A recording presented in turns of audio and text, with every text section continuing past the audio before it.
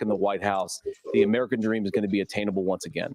Now, to answer this particular question, we have to remember that as much as Governor Walz just accused Donald Trump of being an agent of chaos, Donald Trump actually delivered stability in the world, and he did it by establishing effective deterrence. People were afraid of stepping out of line. Iran, which launched this attack, has received over $100 billion in unfrozen assets thanks to the Kamala Harris administration. What do they use that money for? They use it to buy weapons that they're now launching against our allies, and God forbid, potentially launching against the United States as well. I decided to bring my ass back. That for people to fear the United States, you needed peace through strength. They needed to recognize that if they got out of line, the United States global leadership would put stability and peace back in the world. Now, you asked about a preemptive strike, Margaret. And I want to answer the question. Look, it is up to Israel what they think they need to do to keep their country safe. And we should support our allies wherever they are when they're fighting bad guys. I think that's the right approach to take with the Israel question. Thank you, Senator. Governor Walz, do you care to respond to any of the allegations? Well, look, Donald Trump was in office. We'll sometimes hear a revisionist history, but when Donald Trump was in office, it was Donald Trump who we had a coalition of nations that had boxed Iran's nuclear program in, the inability to advance it. Donald Trump pulled that program and put nothing else in its place. So Iran is closer to a nuclear weapon than they were before because of Donald Trump's fickle leadership. And when Iran shot down an American aircraft in international airspace, Donald Trump tweeted, because that's the standard diplomacy of Donald Trump. And when Iranian missiles did fall near U.S. troops and they received traumatic brain injuries, Donald Trump wrote it off as headaches. Look, our allies understand that Donald Trump is fickle. He will go to whoever has the most flattery or where it makes sense to him. Steady leadership like you witnessed today, like you witnessed in April. Both Iranian attacks were repelled. Our coalition is strong, and we need the steady leadership that Kamala Harris is providing. Senator Vance, the U.S. did have a diplomatic deal with Iran to temporarily pause parts of its nuclear program, and President Trump did exit that deal. He recently said, just 5 days ago, the U.S. must now make a diplomatic deal with Iran because the consequences are impossible. Did he make a mistake? You have 1 minute. Well, first of all, Margaret, diplomacy is not a dirty word, but I think that's something that Governor Walz just said is quite extraordinary. You yourself just said Iran is as close to a nuclear weapon today as they have ever been. And Governor Walz, you blame Donald Trump. Who has been the vice president for the last 3.5 years? And the answer is your running mate, not mine. Donald Trump consistently made the world more secure. Now, we talk about what the sequence of events that led us to where we are right now, and you can't ignore October the 7th, which I appreciate Governor Walz bringing up.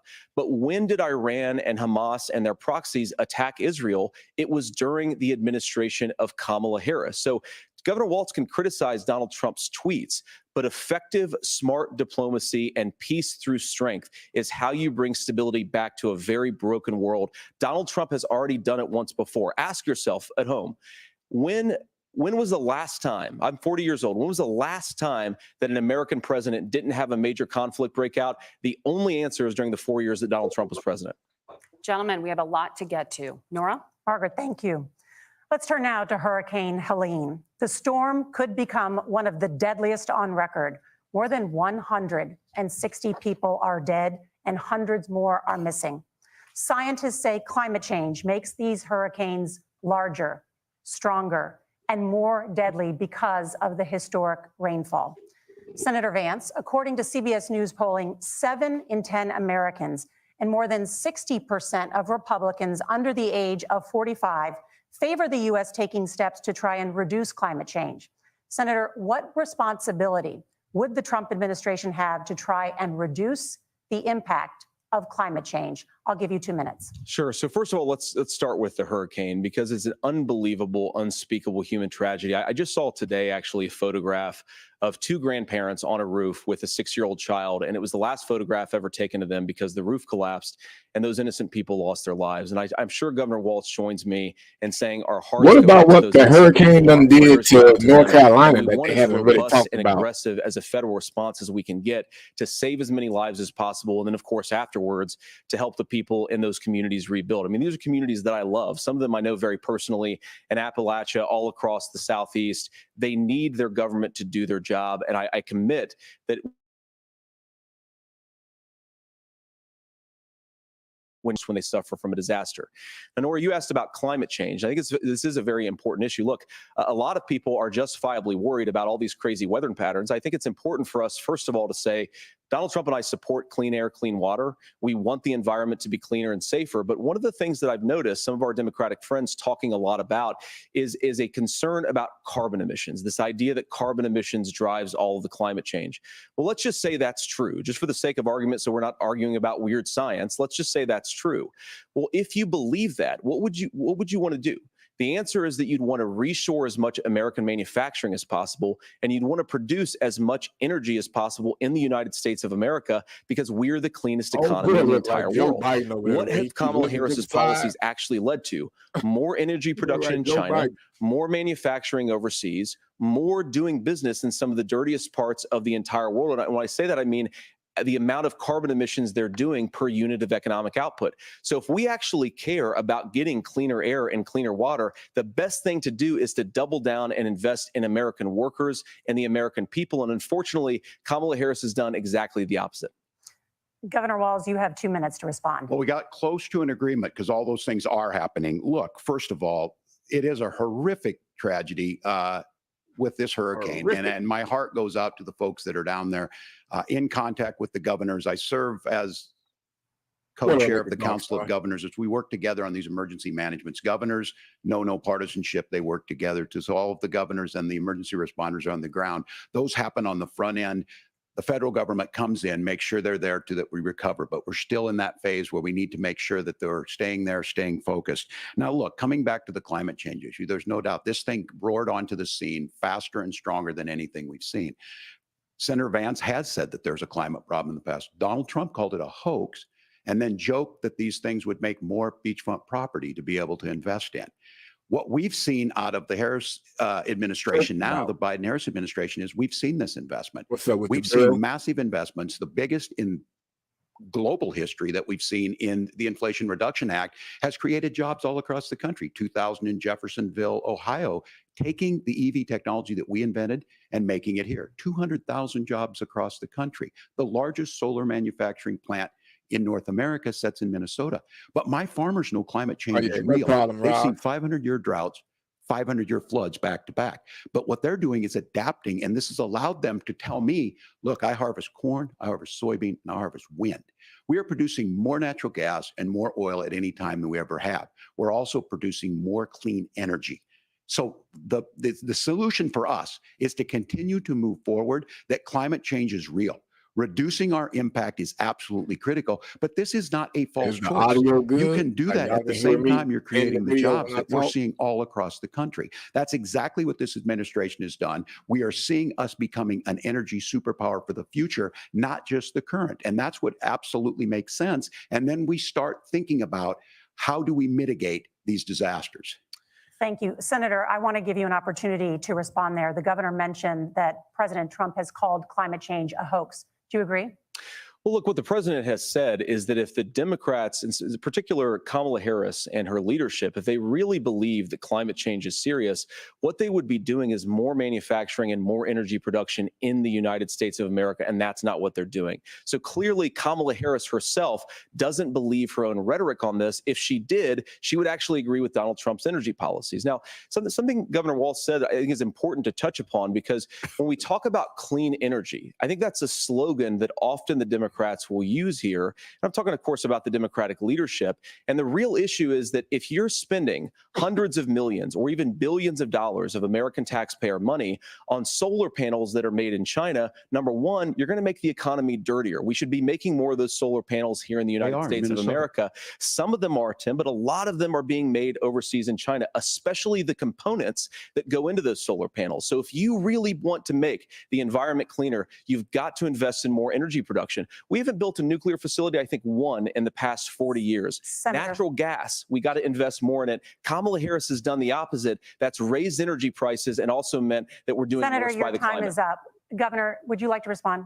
Well, look, we're producing more natural gas than we ever have. There's no moratorium on that. We're producing more oil, but the folks know, and like I said, again, these are not liberal folks. These are not folks that are Green New Deal folks. These are farmers that have been drought one year, massive flooding the next year. They understand that it makes sense. Look, our number one export cannot be topsoil from erosion from these massive storms. We saw it in Minnesota this Wait, summer. which one are you talking about? And The one that thinking looked like about how Biden do or we the other respond to dude? that, we're thinking ahead on this. And what Oh, Kamala man. Harris has been able to do in Minnesota, we're starting to weatherproof some of these things. The infrastructure law that was passed allows us to think about mitigation in the future. How do we make sure that we're protecting by burying our power lines? How do we make sure that we're protecting lakefronts and things that we're seeing more and more of?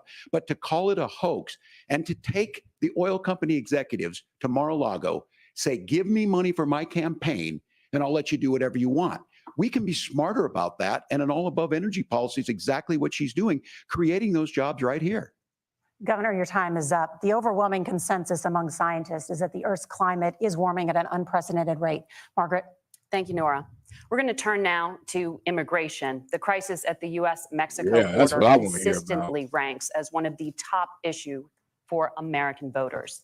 Senator Vance, your campaign is pledging to carry out How the y'all feel largest about the mass immigration deportation situation plan going in on right now? American history and to use the U.S. military to do so. Could you be more specific about exactly how this will work? For example, would you deport parents who have entered the U.S. illegally and separate them from any of their children who were born on U.S. soil? You have 2 minutes. So first of all, Margaret, before we talk about deportations, we have to stop the bleeding. We have a historic immigration crisis because Kamala Harris started and said that she wanted to undo all of Donald Trump's border policies. 94 executive orders suspending deportations, decriminalizing illegal aliens, massively increasing the asylum fraud that exists in our system. That has opened the floodgates. And what it's meant is that a lot of fentanyl is coming into our country. I had a mother who struggled with opioid addiction and has gotten clean. I don't want people who are struggling with addiction to be deprived of their second chance because Kamala Harris let in fentanyl into our communities at record levels. So you've got to stop the bleeding. You've got to re-implement Donald Trump's border policies, build the wall, re-implement deportations. And that gets me to your point, Margaret, about what do we actually do?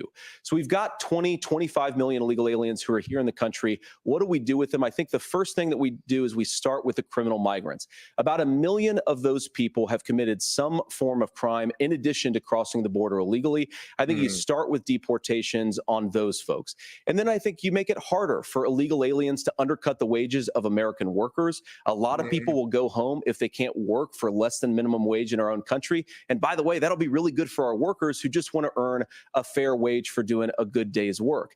And the final point, Margaret, is you ask about family separation. Right now in this country, Margaret, we have 320,000 children that the Department of Homeland Security has effectively lost. Some of them have been sex trafficked. Some of them hopefully are at homes with their families. Some of them have been used as drug trafficking mules. The real family separation policy in this country is unfortunately Kamala Harris's wide open southern border. And I'd ask my fellow Americans to remember when she came into office, she said she was going to do this. Real leadership would be saying, you know what, I screwed up. We're going to go back to Donald Trump's border policies. I wish that she would do that. It would be good for all of us.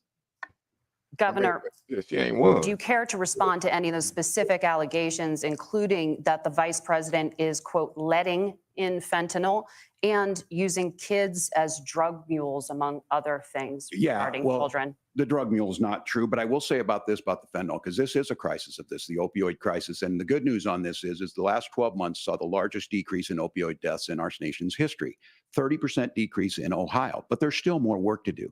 But let's go back to this on immigration. Kamala Harris was the attorney general of the largest state and a border state in California. She's the only person in this race who prosecuted transnational gangs for human trafficking and drug interventions. But look, we all want to solve this. Most of us want to solve this, and that is the United States Congress. That's the Border Patrol agents. That's the Chamber of Commerce. That's most Americans out here. That's why we had the fairest and the toughest bill on immigration that this nation's seen. It was crafted by a conservative senator from Oklahoma, James Lankford. I know him. He's super conservative, but he's a man of principle, wants to get it done. Democrats and Republicans worked on this piece of legislation. The Border Patrol said, this is what we need in here. These are the experts. And the Chamber of Commerce and the Wall Street Journal said, pass this thing. Kamala Harris helped get there. 1,500 new border agents, detection for drugs, DOJ money to speed up these the adjudications on this, just what America wants. But as soon as I was getting ready to pass and actually tackle this, Donald Trump said no, told them to vote against it because it gives him a campaign issue. It gives him to, what would Donald Trump talk about if we actually did some of these things? And they need to be done by the legislature. You can't just do this through the executive branch. So look, we have the options to do this. Donald Trump had 4 years. He had 4 years to do this. And he promised you, America, how easy it would be. I'll build you a big, beautiful wall, and Mexico will pay for it. Less than 2% of that wall got built, and Mexico didn't pay a dime. But here we are again, 9 years after he came down that escalator, dehumanizing people and telling them what he was going to do. As far as the deportation plan, at one point, Senator Vance said it was so unworkable to be laughable. So that's where we're at. Pass the bill, she'll sign it. Governor, your time is Okay. up. She'll Senator, sign the it. question was, will you separate parents from their children, even if their kids are U.S. citizens? You have 1 minute. Margaret, my point is that we already have massive child separations thanks to Kamala Harris's open border. And I didn't accuse Kamala Harris of inviting drug mules. I said What's that up with she the flirt? enabled the Mexican drug cartels to operate Jerry? freely in this country. And we know that they use children as drug mules, and it is a disgrace, and it has to stop. Look, I think what Tim said just doesn't Damn, pass for the real, smell Tim? test. For 3 years, Kamala Harris went out bragging that she was going to undo Donald Trump's border policy. She did exactly that. We had a record number of illegal crossings. We had a record number of fentanyl coming into our country. And now that she's running for president, or a few months before, she says that somehow she got religion and cared a lot about a piece of legislation. The only thing that she He's did been when attacking she her a lot became the since vice she's been president, when she talking. became the appointed border czar, was to undo 94 Donald Trump executive actions that opened the border. This problem is leading to massive problems in the United States of America. Parents who can't afford health care, schools that are overwhelmed. It's got to stop, and it will when Donald Trump is president again. Senator, your time is up. Governor, what about our CBS News polling, which does show that a majority of Americans, more than 50%, support mass deportations? Look, we fix this issue with a bill that is necessary, but the issue on this is what happens when you don't want to solve it. Damn, You Tim. demonize it. And we saw this. And Senator Vance, I'm and it sure you've seen surprises me on firsthand this, about how talking bad about and the saying, border I will is. create stories to bring attention to this. That vilified a large number of people who were here legally in the community of Springfield. The Republican governor said, it's not true. Don't do it. There's consequences for this. There's consequences. We could come together. Senator Lankford did it. We could come together and solve this if we didn't let Donald Trump continue to make it an issue. And the consequences in Springfield were the governor had to send state law enforcement to escort kindergartners to school. I believe Senator Vance wants to solve this, but by standing with Donald Trump and not working together to find a solution, it becomes a talking point. And when it becomes a talking point like this, we dehumanize and villainize other human beings. Tim, Governor, Governor, your time is up. Senator, I'll give you It's 1 like he's minute, trying but to let like me just recruit old boy ask you the Vance question to their first. team. The He governor just not has listening to made the Trump, man. He point, come and I work with think us and we can as a get sitting something done. lawmaker, you know that Congress controls the purse strings and any funding. So you have said repeatedly that Donald Trump would, through executive action, solve this. Do you disagree that Congress controls the purse strings and would need to support many of the changes that you would actually want to implement? You have 1 minute. Look, Margaret, first of all, the gross majority of what we need to do at the southern border is just empowering law enforcement to do their job. I've been to the southern border more than our border czar, Kamala Harris, has been, and it's actually heartbreaking because the Border Patrol agents, they just want to be empowered to do their job. Of course, additional resources would help, but most of this is about the president and the vice president empowering our law enforcement to say, if you try to come across the border illegally, you've got to stay in Mexico, you've got to go back through proper channels. Now, Governor Walz brought up the community of Springfield, and he's very worried about the things that I've said in Springfield. Look, in Springfield, Ohio, and in All good, communities all Kathy. across this country, you've got schools that are overwhelmed. You've got hospitals that are overwhelmed. You have got housing that is totally unaffordable because we brought in millions of illegal immigrants to compete with Americans for scarce homes. The people that I'm most worried about in Springfield, Ohio, are the American citizens who have had their lives destroyed by Kamala Harris's open border. It is a disgrace, Tim. And I actually think, I agree with you. I think you want to solve this problem. What the fuck is going on here? They both trying to recruit. 1 minute to respond. Yeah, well, they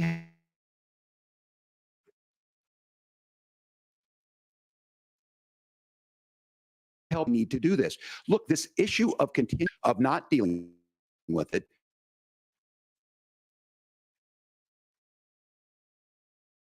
We could talk a little bit about Wall Street speculators. It be a blame. Look, this bill also gives takes 7 years for an asylum claim to be done. This bill gets it done in 90 days. Then you start to make a difference in this, and you start to adhere to what we know, American principles. I don't talk about my faith a lot, but Matthew 25:40 talks about, to the least amongst us, you do unto me. I think that's true of most Americans. They simply want order to it. This bill does it. It's funded. It's supported by the people who do it, and it lets us keep our dignity about how we treat other people. Thank you, Governor. And just to clarify for our viewers, Springfield, Ohio does That's have just a how this large shit be number of sometimes when Haitian I'm using migrants who StreamYard, have legal Dakota. status, temporary protected fucking Well, up status. sometimes. Nora? but Thank you. Senator, we have so much to get to. Margaret, Thank you, I think it's Nora. important We're because gonna turn now to the debate- economy. Thank Margaret, you. the Oh, man, he rules went to were the that Bible we're school. going to We're- fact check, and since you're fact checking But me, it's just I think weird it's how they important to both say just what's actually going saying on. how each So other there's an want to application all called the something, but they can't CBP because One of the app, running mates where you they can with. go on as an illegal migrant, apply for asylum or apply for parole, and be granted legal status at the wave of a Kamala Harris open border wand. That is not a person coming in, applying for a green card and waiting for 10 years. That Thank is you, the Senator. facilitation of illegal immigration, Margaret, by Thank our you, own Senator, for leadership. describing the legal process. those laws- We have Kamala so much Harris to get opened up to, that Senator. pathway. Those We have laws so have been on much- the books since 1990. Thank you, gentlemen. The We CBP wanna have- One app has not been on the books. This is killing me, bro. Shut the fuck up. Would you shut Gentlemen, the fuck up? Somebody The play audience my can't clip. hear you because your mics are cut. We have so much we want to get to. Thank you for explaining the legal process. Nora? Thank you, Margaret. The economy is They a like, top y'all working concern Trump for or Koala. voters. Each of your campaigns has released an economic plan. So let's talk about the specifics. Governor Walz, Vice President Harris unveiled a plan that includes billions in tax credits for manufacturing, housing, and a renewed child tax credit. The Wharton School says your proposals will increase the nation's deficit by $1.2 trillion. How would you pay for that without ballooning the deficit? Governor, I'll give you 2 minutes. Yeah, thank you. And Kamala Harris and I do believe in the middle class because that's where we come from. We both grew up in that. We understand. So those of you out there listening tonight, you're hearing a lot of stuff back and forth, and it's good. It's healthy. That's what this is supposed to happen. You should be listening. How's this going to impact me? The bold forward plan that Kamala Harris put out there is talking about this housing issue. The one thing is there's 3 million new houses proposed under this plan with down payment assistance on the front end to get you in a house. A house is much more than just an asset to be traded somewhere. It's foundational to where you're at. And then making sure that the things you buy every day, whether they be prescription drugs or other things, that there's fairness in that. Look, the $35 insulin is a good thing, but it costs $5 to make insulin. They were charging $800 before this law went into effect. As far as the housing goes, I've seen it in Minnesota. 12% more houses in Minneapolis, prices went down on rent 4%. It's working. And then making sure tax cuts go to the middle class.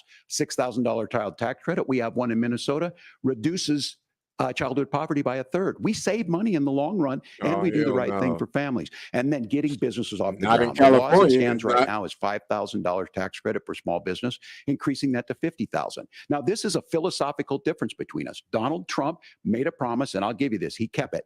He took folks to Mar-a-Lago, said, you're rich as hell, I'm gonna give you a tax cut. He gave the tax cuts that predominantly went to the top class. What happened there was an $8 trillion increase in the national debt, the largest ever. Now he's proposing a 20% consumption or sales tax on everything we bring in. Everyone agrees, including businesses, it would be destabilizing it. It would increase inflation and potentially lead to a recession. Look, this is simple for you. Where are we going? Kamala Harris has said to do the things she wants to do. We'll just ask the wealthiest to pay their fair share. When you do that, our system works best. More people are participating in it, and folks have the things that they need. Senator, I want to give you a moment to respond on that. But similarly, the Wharton School has done an analysis of the Trump plan and says it would increase the nation's deficit by $5.8 trillion. My question is the same for you. How do you pay for all that without ballooning the deficit? I'll give you 2 minutes. Well, first of all, you're going to hear a lot from Tim Walz this evening, and you just heard it in the answer. A lot of what Kamala Harris proposes to do, and some of it, I'll be honest with you, it even sounds pretty good. Here's what you won't hear, is that Kamala Harris has already done it. Because she's been the vice president for 3.5 years. She had the opportunity to enact all of these great policies. And what she's actually done instead is drive the cost of food higher by 25%, drive the cost of housing higher by about 60%, open the American southern border and make middle-class life unaffordable for a large number of Americans. If Kamala Harris has such great plans for how to address middle-class problems, then she ought to do them now. Not when asking for a promotion, but in the job the American people gave her 3.5 years ago. And the fact that she isn't tells you a lot about how much you can trust her actual plans. Now, Donald Trump's economic plan is not just a plan, but it's also a record. A lot of those same economists attack Donald Trump's plans, and they have PhDs, but they don't have common sense and they don't have wisdom. Because Donald Trump's economic policies delivered the highest take-home pay in a generation in this country, 1.5% inflation, and to boot, peace and security all over the world. So when people say that Donald Trump's economic plan doesn't make sense, I say, look at the record. He delivered rising take-home pay for American workers. Now, Tim admirably admits that they want to undo the Trump tax cuts. But if you look at what was so different about Donald Trump's tax cuts, even from previous Republican tax cut plans, is that a lot of those resources went to giving more take-home pay to middle-class and working-class Americans. It was passed in 2017, and you saw an American economic boom unlike we've seen in a generation in this country. That is a record that I'm proud to run on, and we're going to get back to that common sense wisdom so that you can afford to live the American dream again. I know a lot of you are struggling. I know a lot of you are worried about paying the bills. It's going to stop when Donald Trump brings back common sense to this country. Governor, do you want to respond to that? What has Kamala Harris done for middle class? Well, Kamala Harris's day one was Donald Trump's failure on COVID that led to the collapse of our economy. We were already before COVID in a manufacturing recession, but 10 million people out of work, largest percentage since the Great Depression. 9 million jobs closed on that. That was day one. Whether it was the Infrastructure Act or other things we moved. Now, you made a question about experts, said this. I've made a note of this. Economists. I swear, that's what I said, Eli. Science, the whole world look just like national security folks can't be especially when trusted. he turning sideways. Look, if you're going to be president, you don't have all the answers. Donald Trump believes he does. My pro tip of the day is this. If you need heart surgery, listen to the people at the Mayo Clinic in Rochester, Minnesota, not Donald Trump. And the same thing goes with this. And I ask you out there, teachers, nurses, truck drivers, or whatever, how is it fair that you're paying your taxes every year and Donald Trump hasn't paid any federal tax in the last 15 years? And the last year as president. That's what's wrong with the system. There's a way around it, and he's bragged about that. We're just asking for fairness in it, and that's all you want. You have a minute. Governor, you say trust the experts. But those same experts for 40 years said that if we shipped our manufacturing base off to China, we'd get cheaper goods. They lied about that. They said if we shipped our industrial base off to other countries, to Mexico and elsewhere, it would make the middle class stronger. They were wrong about that. They were wrong about the idea that if we made America less self-reliant, less productive in our own nation, that it would somehow make us better off, and they were wrong about it. And for the first time in a generation, Donald Trump had the wisdom and the courage to say to that bipartisan consensus, we're not doing it anymore. We're bringing American manufacturing back. We're unleashing American energy. We're going to make more of our own stuff. And this isn't just an economic issue. I mean, I've got 3 beautiful little kids at home, 7, 4, and 2, and I love them very much, and I hope they're in bed right now. But look, so many of the drugs, the pharmaceuticals that we put in the bodies of our children are manufactured by nations that hate us. This has to stop. And we're not going to stop it by listening to experts. We're going to stop it by listening to common sense wisdom, which is what Donald Trump governed on. Senator, your Look, time is up. Governor Walz, can you address that? I mean, voters say they trust Donald Trump on the economy more. Why? Well, if you're listening tonight and you want billionaires to get tax cuts, you heard what the numbers were. Look, I'm a union guy on this. I'm not a guy who wanted to ship things overseas, but I understand that, look, we produce soybeans and corn. We need to have fair trading partners. That's something that we believe in. I think the thing that most concerns me on this is Donald Trump was the guy who created the largest trade deficit in American history with China. So the rhetoric is good. Much of what the senator said right there, I'm in agreement with him on this. I watched it happen too. I watched it to my communities, and we talked about that.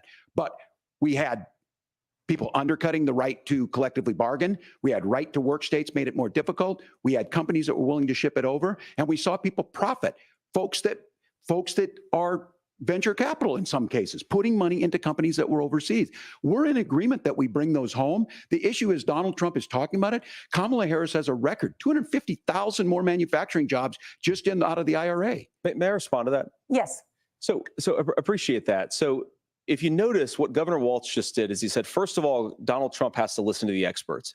And then when he acknowledged that the experts screwed up, he said, well, Donald Trump didn't do nearly as good of a job as the statistics No, that's a show gross that generalization. he did. So what Tim Walz is doing, and I honestly, Tim, I think you got a tough job here because you've got to play whack-a-mole. You've got to pretend that Donald Trump didn't deliver rising take-home pay, which of course he did. You've got to pretend that Donald Trump didn't deliver lower inflation, which of course he did. And then you simultaneously got to defend Kamala Harris's atrocious economic record, which has made gas, groceries, and housing unaffordable for American citizens. I was raised by a woman who would sometimes go into medical debt so that she could put food on the table in our household. I know what it's like to not be able to afford the things that you need to afford. We can do so much better. To all of you watching, we can get back to an America that's affordable again. We just got to get back to common sense economic principles. I hope we have a conversation on healthcare then. Senator, Governor, Please. thank you. Margaret? We have a lot to get to ahead, gentlemen, on many topics. But right now, I want to talk about personal qualifications. The vice president is often the last voice the president hears before making consequential decisions. We want to ask you about your leadership qualities. Governor Walz, you said you were in Hong Kong during the deadly Tiananmen Square protests in the spring of 1989. Shit, I'm for The Minnesota police. Public Radio and other media outlets are reporting that you actually I don't need didn't no travel police to out there Asia being until extras and August shit, you of know what that I'm saying? year. But I Can think you we explain definitely that need discrepancy? police for Yes, good Yeah, Well, police. and to the folks out there who didn't get at the top of this, look, I grew up in small rural Nebraska, town of 400, town that you rode your bike with your buddies till the streetlights come on, and I'm proud of that service.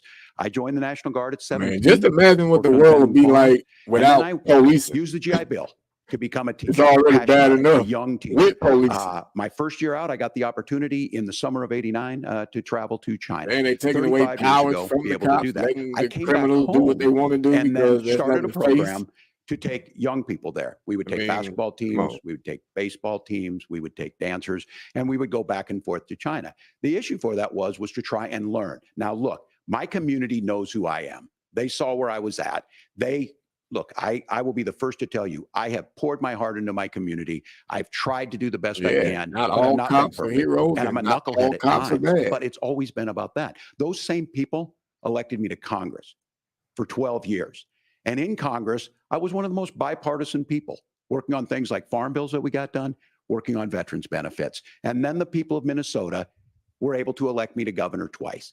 So look, my commitment has been from the beginning to make sure that I'm there for the people, to make sure that I get this right. I will say more than anything, many times I will talk a lot. I will get caught up in the rhetoric, but being there, the impact it made, the difference it made in my I'm life. not I on learned a really lot no about China. side, I to hear be the honest, critiques Unique, of this. but I would make I the case mean, that Donald Trump should have come on one I'm of those trips definitely with us. not I fucking guarantee with you, he Kamala wouldn't be Harris. praising Xi Jinping about COVID. And I guarantee you, he wouldn't start a trade war that he ends up losing. So this is about trying to understand the world. It's about trying to do the best you can for your community. And then it's putting yourself out there and letting your folks understand what it is. My commitment, whether it be through teaching, which I was good at, or whether it was being a good soldier or was being a good member of Congress, those are the things that I think are the values that people care about.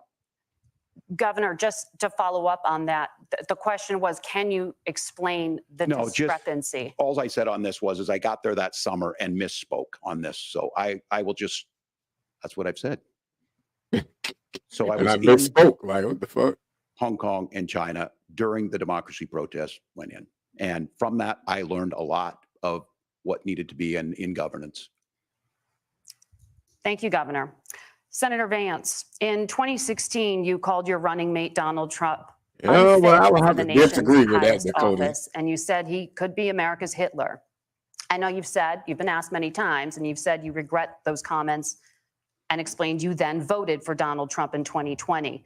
But the Washington Post reported new messages last week in which you also disparaged Trump's economic record while he was president, writing to someone in 2020, quote, Trump thoroughly failed to deliver his economic populism. You're now his running mate, and you've shifted many of your policy stances to align with his. If you become vice president, You used to why talk should shit about Americans him. Now trust he that on you that will side. give What you got Donald to Trump say? the advice he needs to hear and not just the advice he wants to hear? You have 2 minutes. Well, first of all, Margaret, because I've always been open. And sometimes, of course, I've disagreed with the president, but I've also been extremely open about the fact that I was wrong about Donald Trump. I was wrong, first of all, because I believed some of the media stories that turned out to be dishonest fabrications of his record. But most importantly, Donald Trump delivered for the American people. Rising wages, rising take-home pay, an economy that worked for normal Americans, a secure southern border, a lot of things, frankly, that I didn't think he'd be able to deliver on. And yeah, when you screw up, when you misspeak, when you get something wrong and you change your mind, you ought to be honest with the American people about it. It's one of the reasons, Margaret, why I've done so many interviews is because I think it's important to actually explain to the American people where I come down on the issues and what changed. Now, you pointed out the messages from 2020. Margaret, I've been extremely consistent that I think there were a lot of things that we could have done better in the Trump administration the first round if Congress was doing its job. I strongly believe, and I've been a United States senator, that Congress is not just a high-class debating society. It's not just a forum for senators and congressmen to whine about problems. It's a forum to govern. So there were a lot of things on the border, on tariffs, for example, where I think that we could have done so much more if the Republican Congress and the Democrats in Congress had been a little bit better about how they govern the country. They were so obsessed with impeaching Donald Trump, they couldn't actually govern. And I want to talk about this tariff issue in particular, Margaret, because Tim just accused this of being a national sales tax. Look, the one thing, and you're probably surprised to hear me praising Joe Biden, but the one thing that Joe Biden did is he continued some of the Trump tariffs that protected American manufacturing jobs. And it's the one issue, the most pro-worker part of the Biden administration, it's the one issue where Kamala Harris has run away from Joe Biden's record. Think about this. If you're trying to employ slave laborers in China at $3 a day, you're going to do that and undercut the wages of American workers unless our country stands up for itself and says, you're not accessing our markets unless you're paying middle-class Americans a fair wage. Senator, your time is up. Nora? Thank you. Now to the issue of reproductive rights. Governor Walz, after Roe versus Wade was overturned, you signed a bill into law that made Minnesota one of the least restrictive states in the nation when it comes to abortion. Former President Trump said in the last debate that you believe abortion, quote, in the 9th month is absolutely fine. Yes or no? Is that what you support? I'll give you 2 minutes. That's not what the bill says, but look, this issue is what's on everyone's mind. Donald Trump put this all into motion. He brags about how great it was that he put the judges in and overturned Roe versus Wade, 52 years of personal autonomy. And then he tells us, oh, we send it to the states. It's a beautiful thing. Amanda Zaworski would disagree with you on it's a beautiful thing. A young bride in Texas waiting for their child at 18 weeks. She has a complication, a tear in the membrane. She needs to go in. The I don't have to look at that point that needs to be video decided by the like that doctor. to see that, And that would have the been police an have in killed Texas, that people would for have no put them reason. in legal jeopardy. She went Like, home. I know got that there sepsis, are nearly some died, cops and now that she may have have done difficulty that. having children. But Or again, in like I Kentucky, was saying, not Natalie Duval, all a cops are 12-year-old like child, that. raped I and mean, that's impregnated your by her opinion stepfather. on what you feel. Those that are all cops horrific. like that Now, because when you you got say asked the good about ones that, just stand on Senator the side Vance while said they two bad wrongs ones don't do make a what they're right. There doing. is no right. Even though in there that. are some good So ones in that have Minnesota, what we stepped did in was and kept bad restore ones from doing Roe certain versus shit. Wade. But I guess we're not We made worried sure about that that we part. put women in You know, charge of their health care. it is what Look, it is. This is not where, if you don't know Amanda or a Hadley, you Man, soon again, will. that's just your The opinion. Project 2025 is I going don't to have a have nothing against registry it, and of I have my pregnancies. opinion. It's going to make it So, I more mean, difficult, maybe if you not got something against what I impossible, feel. to get contraception and limit access, if not eliminate access to infertility treatments. For so many of you out there listening, me included, infertility treatments are why I have a child. That's nobody else's business, but those things are being proposed. And the catch-all on this is, well, the states will decide what's right for Texas might not be right for Washington. That's not how this works. This is basic human right. We have seen maternal mortality skyrocket in Texas, outpacing many other countries in the world. This is about healthcare. In Minnesota, we are ranked first in healthcare for a reason. We trust women, we trust doctors. Senator, do you want to respond to the governor's claim? Will you create a federal pregnancy monitoring They agency? trust women and doctors. I thought the No, Democrats certainly should know what a we won't. woman I really want is. to talk about this issue because I know a lot of Americans care about it, and I know a lot of Americans don't agree with everything that I've ever said on this topic. And you know, I grew up in a working class family in a neighborhood where I knew a lot of young women who had unplanned pregnancies and decided to terminate those pregnancies because they feel like they didn't have any other options. And you know, one of them is actually very dear to me, and I know she's watching tonight, and I love you. And she told me something a couple years ago that she felt like if she hadn't had that abortion, that it would have destroyed her life because she was in an abusive relationship. And I think that what I take from that as a Republican who proudly wants to protect innocent life in this country, who proudly wants to protect the vulnerable, is that my party, we've got to do so much better of a job at earning the American people's trust back on this issue where they frankly just don't trust us. And I think that's one of the things that Donald Trump and I are endeavoring to do. I want us as a Republican Party to be pro-family in the fullest sense of the word. I want us to support fertility treatments. I want us to make it easier for moms to afford to have babies. I want it to make it easier for young white families people that to stood on afford the a home so side they and can didn't afford do a nothing place when to the raise bad that white people family. And I was think there's doing so much stuff. that we can do So on I the guess public that make all policy white front people bad. just to give women more options.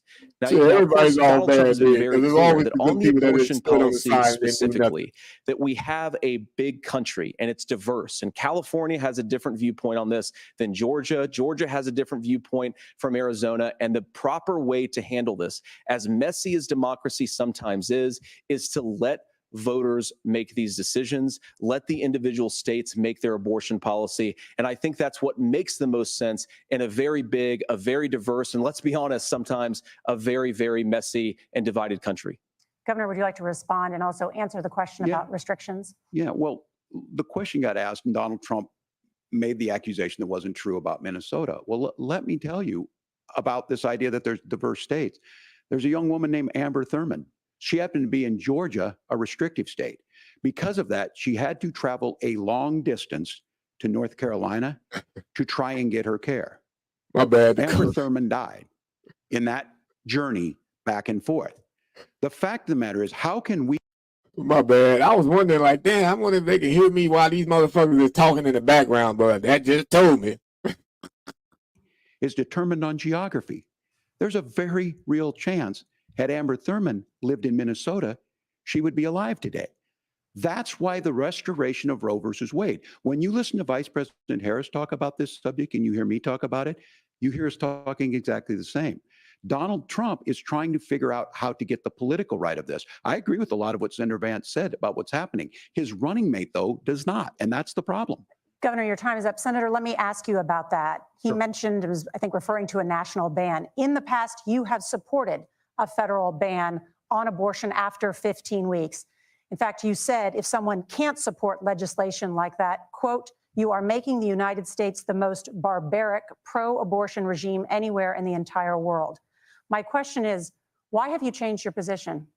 Well, Nora, first of all, I never supported a national ban. I did when I was running for Senate in 2022 talk about setting some minimum national standard. For example, we have a partial birth abortion ban in place in this country at the federal level. I don't think anybody's trying to get rid of that, or at least I hope not, though I know that Democrats have taken a very radical pro-abortion stance. But Nora, you know, one of the things that changed is in the state of Ohio, we had a referendum in 2023, and the people of Ohio voted overwhelmingly, by the way, against my position.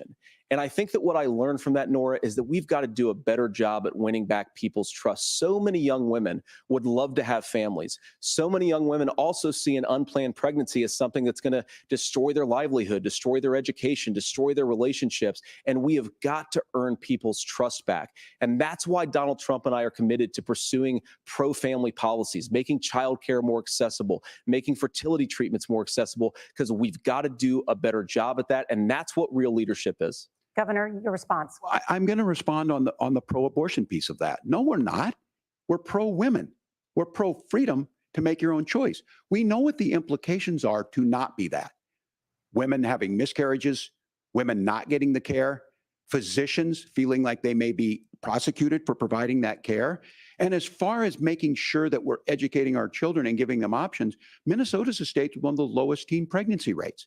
We understand that too. We know that the options need to be available, and we make that true. We also make it, we're a top 3 state for the best place to raise children. But these two things, to try and say that we're pro-children, but we don't like this, or you guys are pro-abortion, that's not the case at all. We are pro-freedoms for women to make their choices, and we're going, and Kamala Harris is making the case, to make options for children more affordable, a $6,000 child tax credit, but we're not going to base that on the backs of making someone like Amber Thurman drive 600 miles to try and get health care. Senator. May I respond to that? First of all, Governor, I agree with you. Amber Thurman should still be alive, and there are a lot of people who should still be alive, and I certainly wish that she was. And maybe you're free to disagree with me on this and explain this to me, but as I read the Minnesota law that you signed into law, the statute that you signed into law, it says that a doctor who presides over an abortion where the baby survives, the doctor is under no obligation to provide life-saving care to a baby who survives a botched late-term abortion. That is, I think, That's whether not you're true. pro-choice or That's not how the law pro-abortion, is. that is fundamentally barbaric. And that's why I use that word, Nora, is because some of what we've seen, do you want to force Catholic hospitals to perform abortions against their will? Because Kamala Harris has supported suing Catholic nuns to violate their freedom of conscience. We can be a big and diverse country where we respect people's freedom of conscience and make the country more pro-baby and pro-family. But please. Yes, Governor, please respond. Look, this is one where there's always something there. This is a very simple proposition. These are women's decisions to make about their healthcare decisions, and the physicians who know best when they need to do that. But what was I wrong about, Governor? Please.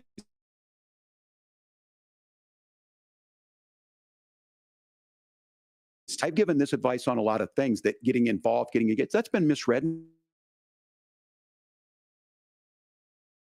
It was guys to try and tell women or to get involved. I use this line on this, just mind your own business on this. Things grow, that works best. That doesn't preclude us.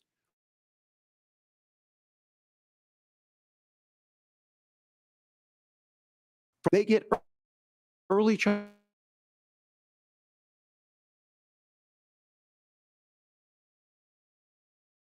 Kamala Harris is proposing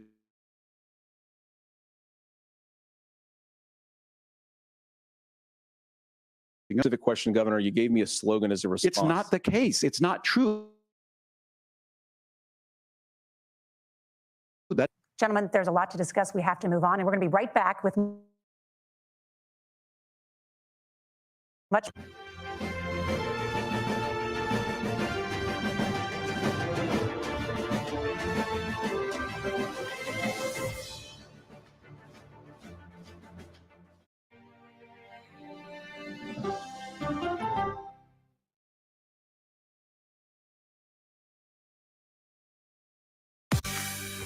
On our places, bright, shiny faces. When you wake up in the morning, we want to be your go-to team. Nate has one of the quickest minds I've ever seen. Tony has a way of making people feel comfortable. Gailey has this unbelievable knack to ask the question that you're asking at home. I've been told I could talk to a tree, and that's pretty much true.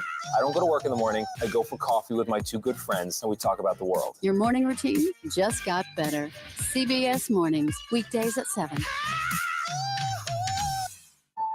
It didn't seem like anything could happen because nothing ever happens in East Palestine, but it did.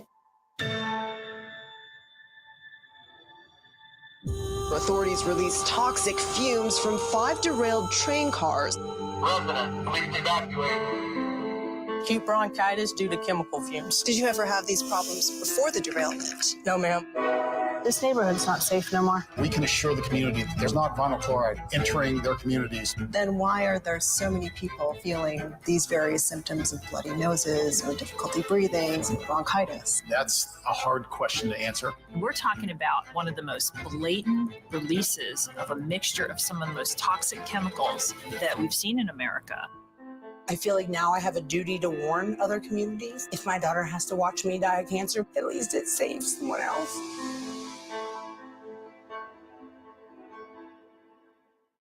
This case. It's like a screenplay, something straight out of Hollywood. But it's not fiction. It's 48 hours. Human remains found this week. 4 families shattered. There's no physical evidence. The mystery would haunt investigators for years. There's some questions that have to be asked and need to be answered. Like a John Grisham novel. A gripping true crime original. 48 hours. Now streaming on the free CBS News app. Stories that inform. You can be really old at 60, and you can be really young at 85. Inspire. How do we unlock the power within ourselves to be who we want to be? And brighten your day. The best part of fame is making people feel good. Always send the people home happy. Make every day a little more like Sunday morning. Here comes the sun. Stream now on the free CBS News app. Hello, everyone, and welcome to our Dragon capsule here in space. Sightseers in space, the thrill of a lifetime. Seeing the Earth from space, it was so exhilarating. But the risks that come with the territory. There have been 4 fatal accidents. That's a 1% fatal accident rate. Might make you look before you launch. If you had 1 out of 100 airplanes falling out of the sky, we'd have a public crisis. Space tourism, now streaming on the free CBS News app. Superstar approaching, superstar approaching. Just get your popcorn and get ready. Come on, Julia. Oh, no. I will if you will. You go down. Yeah, boy. She's the first Black woman on the Supreme Court, and she's determined she won't be the last. My parents had raised me to believe that I could do anything I wanted to do. Justice Ketanji Brown Jackson on Person to Person. Superstar approaching, superstar approaching. I can see clearly now that the rain is gone. That's right. Look at this outfit. Give me some love, baby. Up top. It's gonna be alright, sunshiny day. All right.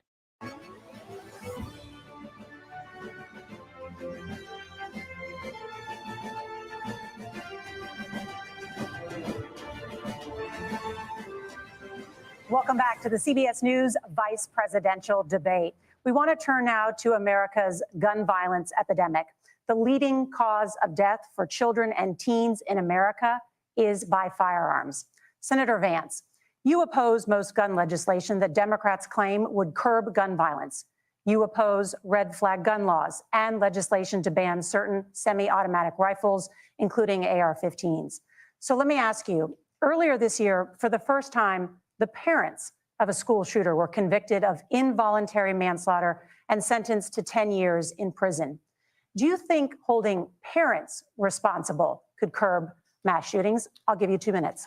Yeah, well, Nora, on that particular case, I don't know the full details, but I certainly trust local law enforcement and local authorities to make those decisions. I think in some cases the answer is going to be yes, and in some cases the answer is going to be no. And the details really matter here, of course. For example, if a kid steals a gun, that's going to be different than if a parent hands over a gun knowing that their kid is potentially dangerous. But look, I want to just sort of speak as a father of 3 beautiful little kids, and our oldest is now in 2nd grade. And like a lot of parents, we send our kids to school with such hope and such joy and such pride at their little faces on the first day of school. And we know, unfortunately, that a lot of kids are going to experience this terrible epidemic of gun violence. And of course, our hearts go out to the families that are affected by this terrible stuff. And we do have to do better. And I think that Governor Walz and I actually probably agree that we need to do better on this. The question is just, how do we actually do it? Now, here's something that really bothers me and worries me about this epidemic of violence. The gross majority, close to 90%, in some of the statistics I've seen, of the gun violence in this country is committed with illegally obtained firearms. And while we're on that topic, we know that thanks to Kamala Harris's open border, we've seen a massive influx in the number of illegal guns run by the Mexican drug cartel. So that number, the amount of illegal guns in our country is higher today than it was 3.5 years ago. But what do we do about the schools? What do we do to protect our kids? And I think the answer is, and I say this not loving the answer, because I don't want my kids to go to school in a school that feels unsafe or where there are visible signs of security. But I unfortunately think that we have to increase security in our schools. We have to make the doors lock better. We have to make the doors stronger. We've got to make the windows stronger. And of course, we've got to increase school resource officers, because the idea that we can magically wave a wand and take guns out of the hands of bad guys, it just doesn't fit with recent experience. So we've got to make our schools safer. And I think we've got to have some common sense bipartisan solutions for how to do that. Governor, you have 2 minutes. Well, I think all the parents watching tonight, this is your biggest nightmare. Look, I got a 17-year-old, and he witnessed a shooting at a community center playing volleyball. Those things don't leave you. As a member of Congress, I sat in my office surrounded by dozens of the Sandy Hook parents, and they were looking at my 7-year-old picture on the wall. Their 7-year-old were dead, and they were asking us to do something. And look, I'm a hunter. I own firearms. The vice president is. We understand that the Second Amendment is there, but our first responsibility is to our kids to figure this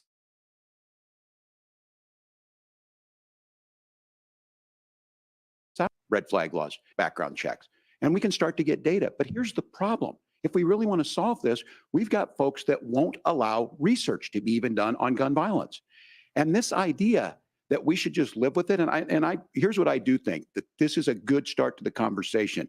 I 100% believe that Senator Vance hates it when these kids, it's abhorrent and it breaks your heart. I agree with that.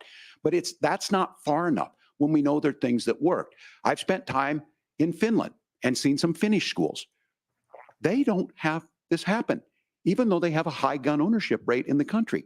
There are reasonable things that we can do to make a difference. It's not infringing on your Second Amendment. And the idea to have some of these weapons out there, it just doesn't make any sense. Kamala Harris, as an attorney general, worked on this issue. She knows that it's there. No one's trying to scaremonger and say we're taking your guns, but I ask all of you out there, do you want your schools hardened to look like a fort?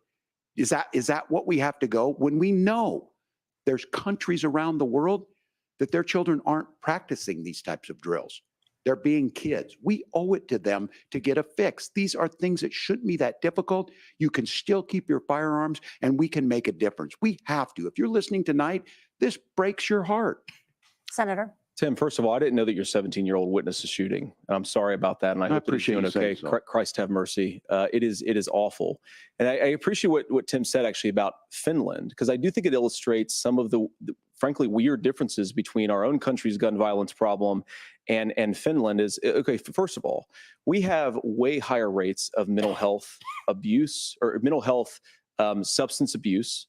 We have way higher rates of depression, way higher rates of anxiety. We unfortunately have a mental health crisis in this country that I really do think that we need to get to the root causes of, because I don't think it's the whole reason why we have such a bad gun violence problem, but I do think it's a big piece of it. Another driver of the gun violence epidemic, especially that affecting our kids, it doesn't earn as many headlines, but is the terrible gun violence problem in a lot of our big cities. And this is why we have to empower law enforcement to arrest the bad guys, put them away, and take gun offenders off the streets. I think there's a whole host of things that we can do here, but I do think at our schools, we've got to talk about more security. Senator, thank you. Governor, you previously opposed an assault weapons ban, but only later in your political career did you change your position. Why? Yeah, I sat in that office with those Sandy Hook parents. I've become friends with school shooters. I've seen it. Look, the NRA, I was an NRA guy for a long time. They used to teach gun safety. I'm of an age where my shotgun was in my car so I could pheasant hunt after football practice. That's not where we live today. And several things I want to mention on this is talking about cities and where it's at. The number one where the most firearm deaths happen in Minnesota are rural suicides. And we have an epidemic of children getting guns and shooting themselves. And so we have, and we should look at all of the issues. making sure folks have health care and all that, but I want to be very careful. This idea of stigmatizing mental health, just because you have a mental health issue doesn't mean you're violent. And I think what we end up doing is we start looking for a scapegoat. Sometimes it just is the guns.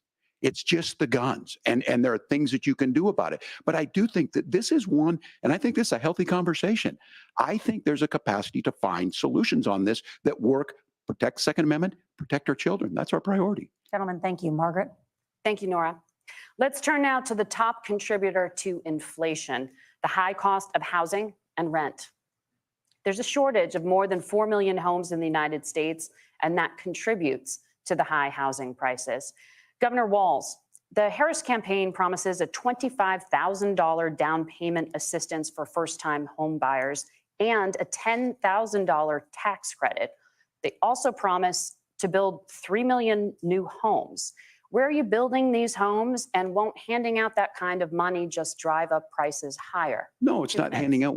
First, let me say this issue of housing, and I think those of you listening on this, the problem we've had is that we've got a lot of folks that see housing as another commodity. It can be bought up, it can be shifted, it can be moved around. Those are not folks living in those houses. Those of you listening tonight, that house is a big deal. I bought and owned one house in my life. My mom still lives in the house where I was. And when I think of a house, I'm thinking of Christmas services after midnight mass where you go with your family. We need to make it more affordable. And one of the things, as I said, this program that the vice president is pushing forward and bringing a new way of approaching this is something we're doing in Minnesota from that lead. We in the state invested in making sure our housing was the biggest investment that we'd ever made in housing. It starts to make it easier. We cut some of the red tape. Local folks, look, we can't do it at the federal level, but local folks make it easier to build those homes. And then that down payment assistance. I can tell all of you out there, certainly for me, using the GI Bill was one thing, but a veteran's home loan, the big thing about a veteran's home loan is you don't have to pay the down payment. Those are things that make it there. Now, look, you're going to pay it back and you're going to pay your mortgage. Those are things that we know in the long run, the appreciated value, the generational wealth that's created from it. And I will give Minneapolis an example. Minneapolis is the one city where we've seen the lowest inflation rates. We've seen a 12% increase in stock because we've put some of these things in, and we're implementing a state program to make sure we give some of that down payment assistance.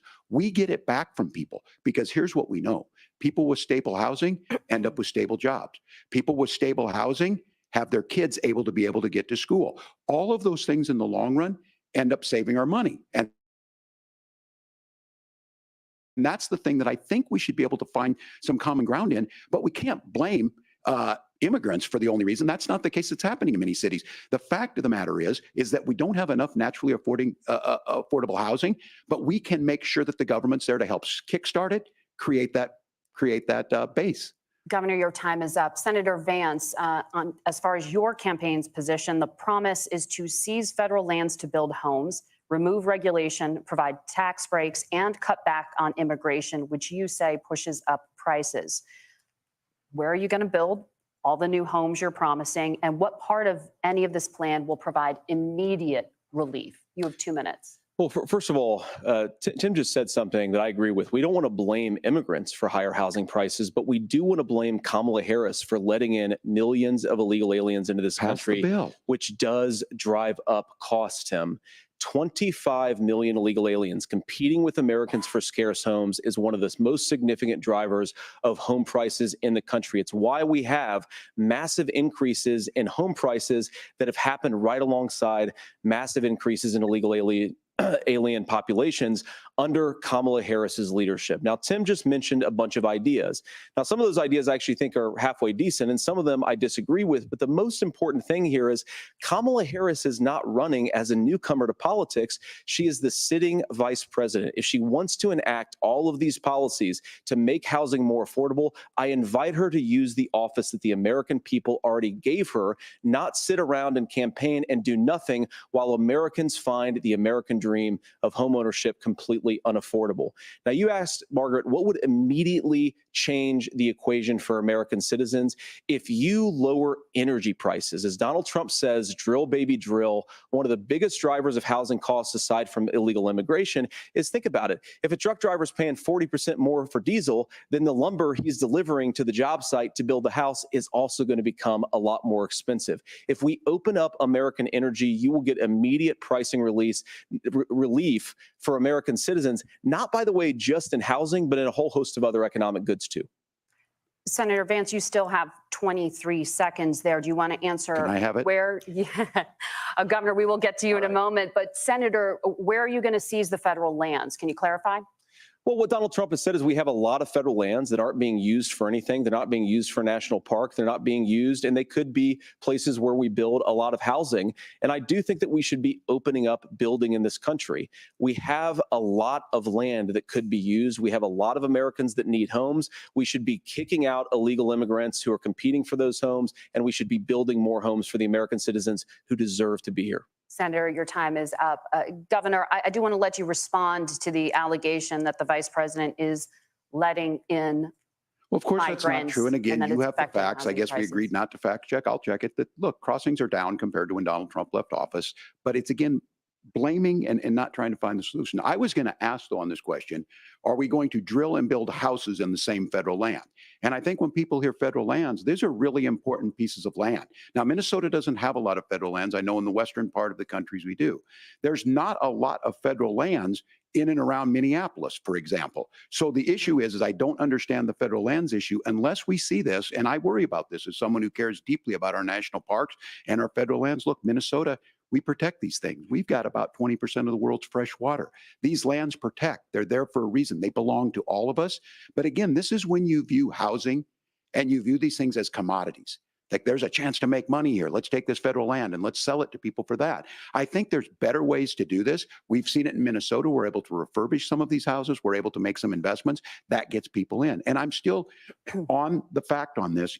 Economists, Senator Vance, you said you don't like the economists. Which economists are saying that it is immigrants that's adding to the cost? Governor, Where's your the study? time is up. But Senator, on that point, I'd like for you to clarify. There are many contributing factors to high housing costs. What evidence do you have that migrants are part of this problem? Well, there's a Federal Reserve study that we're happy to share after the debate. We'll put it up on social media, actually, that really drills down on the connection between increased levels of migration, especially illegal immigration, and higher housing prices. Now, of course, Margaret, that's not the entire driver of higher housing prices. It's also the regulatory regime of Kamala Harris.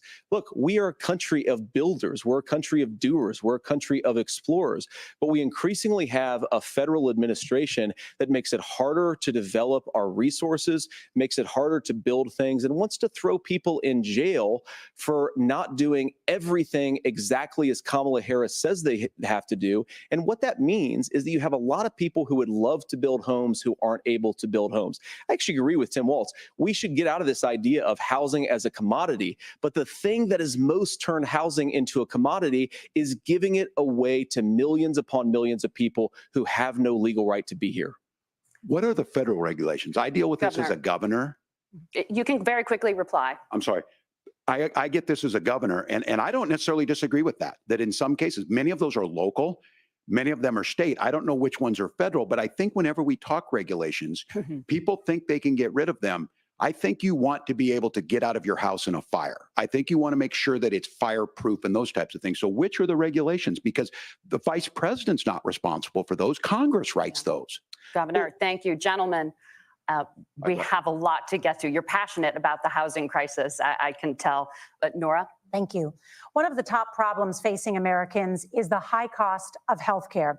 Senator Vance, at the last presidential debate, former President Trump was asked about replacing the Affordable Care Act. In response, he said, "I have concepts of a plan." Since then, Senator, you've talked about changing how chronically ill Americans get health insurance. Can you explain how that would work?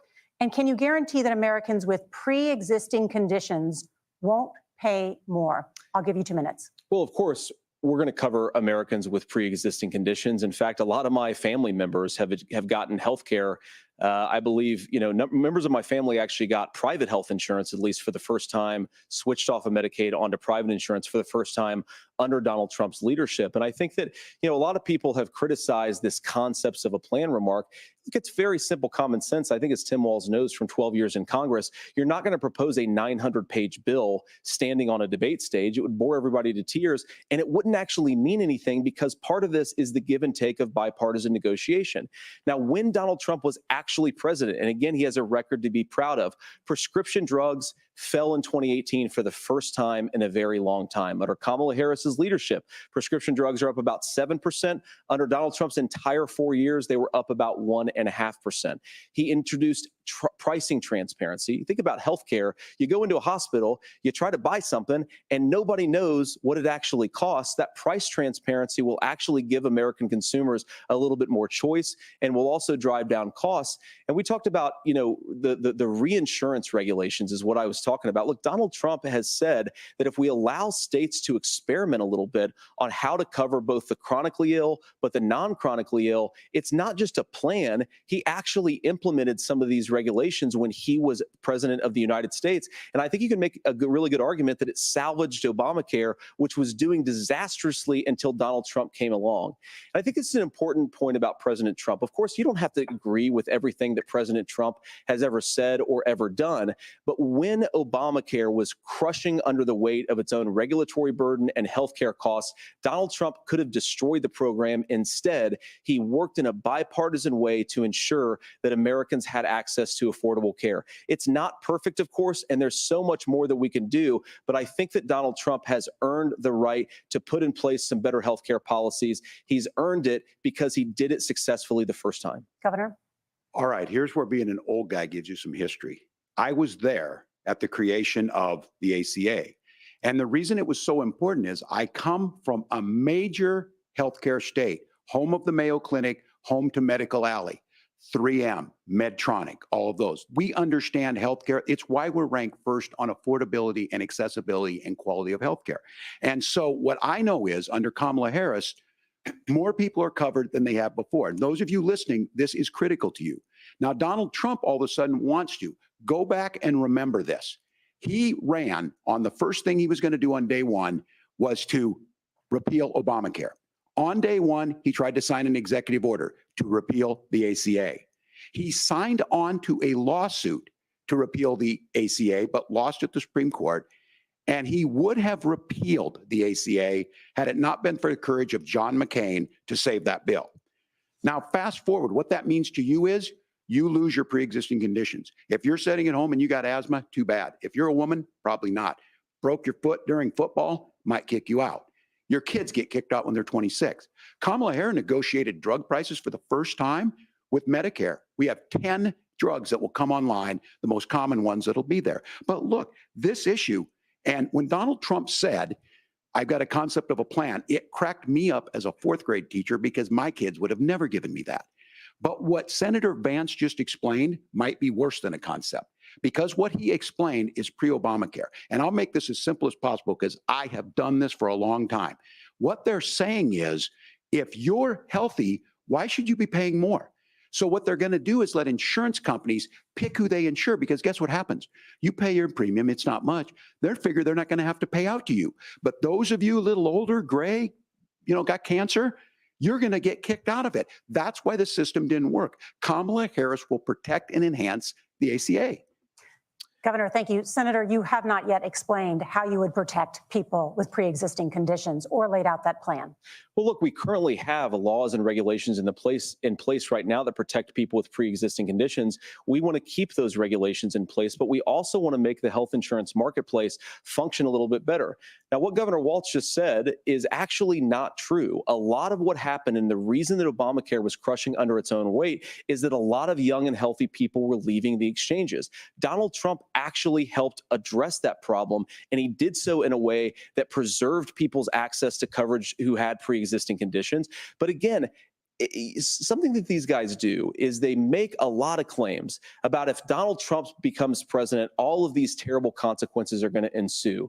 But in reality, Donald Trump was president. Inflation was low. take-home pay was higher, and he saved the very program from a Democratic administration that was collapsing and would have collapsed absent his leadership. He did his job, which is govern in a bipartisan way and get results, not just complain about problems, but actually solve them. Governor, did enrollment under the Affordable Care Act go up under the Trump administration? It's higher now that we've seen it go up. Look, people are using it. The system works. And the question about this of young people or whatever, that's the individual mandate piece of this. And Republicans fought tooth and nail saying, well, Americans should be free to do this. Well, then So what you happens think the is individual mandate's a good idea? you shrink. I think the idea of making sure the risk pool is broad enough to cover everyone, that's the only way insurance works. When it doesn't, it collapses. You are asking pre-ACA where we get people out. Look, people know. I kind of that they feel like need to these be on dudes healthcare. is like homies. People You know what I'm expect saying? it Like to they be they there. too And friendly. when we are able to make it, and we are making it this way, when we incentivize people to be in the market, when we help people who might not be able to afford it get there, and we make sure then when you get sick and old, it's there for you. Because I heard people say, well, I don't want to buy into Medicare or whatever. Good luck buying health care once you get past 70. So look, the ACA works. We can continue to do better. Kamala Harris did that. The way she made everything better was negotiating those 10 drugs on Medicare for the Prices first time in before, American history. Thank you. For Washington. Can I We're- address that? I apologize. We're out of I time. like We have other prices before I subjects to became an discuss. adult. Let's talk about families I ain't in paid America. shit. There is a child care crisis Sure. in this country, and the United States is one of the very few developed countries in the world without a national paid leave program for new parents. Governor Walz, you said that if Democrats win both the White House and Congress, this is a day one priority for you. How long should employers be required to pay workers while they are home taking care of their newborns? You have 2 minutes. Yeah, well, that's negotiable, and that's what Congress worked. But here's what the deal is. Americans sitting out there right now, you may work for a big company. Look, we're home in Minnesota to some of the largest Fortune 500 companies. Kamala Harris knows that in California. Those companies provide paid family medical leave. One is, I think they're moral and they think it's a good thing, but it also keeps their employees healthy. We in Minnesota passed a paid family medical leave. You have a child, and I had to go back to work 5 days after my kids were born. This allows you to stay home a certain amount of time. What we know is that gets the child off to a better start. The family works better. They stay in their employers. We get more consistency in that. So Kamala Harris has made it a priority. We implemented it in Minnesota and we see growth. That's how you become a pro-business state. But the negotiations on it, and here's the issue. Those big companies are able to offer it. Those of you out there who don't have it, just imagine what happens if you get cancer or your child gets sick. We know what happens. You end up staying home. In some cases, that means no paycheck because you've got no protection on that. This is the case of an economy that Donald Trump has set for the wealthiest amongst us. He's willing to give those tax breaks to the wealthiest. He's willing to say, bust those unions up, do whatever. What we're saying is the economy works best when it works for all of us. And so a paid family medical leave program, and I will tell you, go to the families or go to the businesses and ask them. As far as childcare on this, you have to take it at both the supply and the demand side. You can't expect the most important people in our lives to take either our children or our parents to get paid the least amount of money. And we have to make it easier for folks to be able to get into that business and then to make sure that folks are able to pay for that. We were able to do it in Minnesota, and I'm still telling you this. We were listed as the best state. We're still in crisis on this. A federal program of paid family and medical leave and help with this will enhance our workforce, enhance our families, and make it easier to have the children that you want. Governor, your time is up. Senator, do you support a national paid leave program? And if so, for how long should employers be mandated to pay their employees while they are home taking care of their newborn? You have 2 minutes. Yeah, well, first of all, Margaret, a number of my Republican colleagues and some Democrats too have worked on this issue. And I think there is a bipartisan solution here because a lot of us care about this issue. I mean, look, I speak from this very personally because I'm married to a beautiful woman who is an incredible mother to our 3 beautiful kids, but is also a very, very brilliant corporate litigator. And I'm so proud of her. But being a working mom, even for somebody with all of the advantages of my wife, is extraordinarily difficult.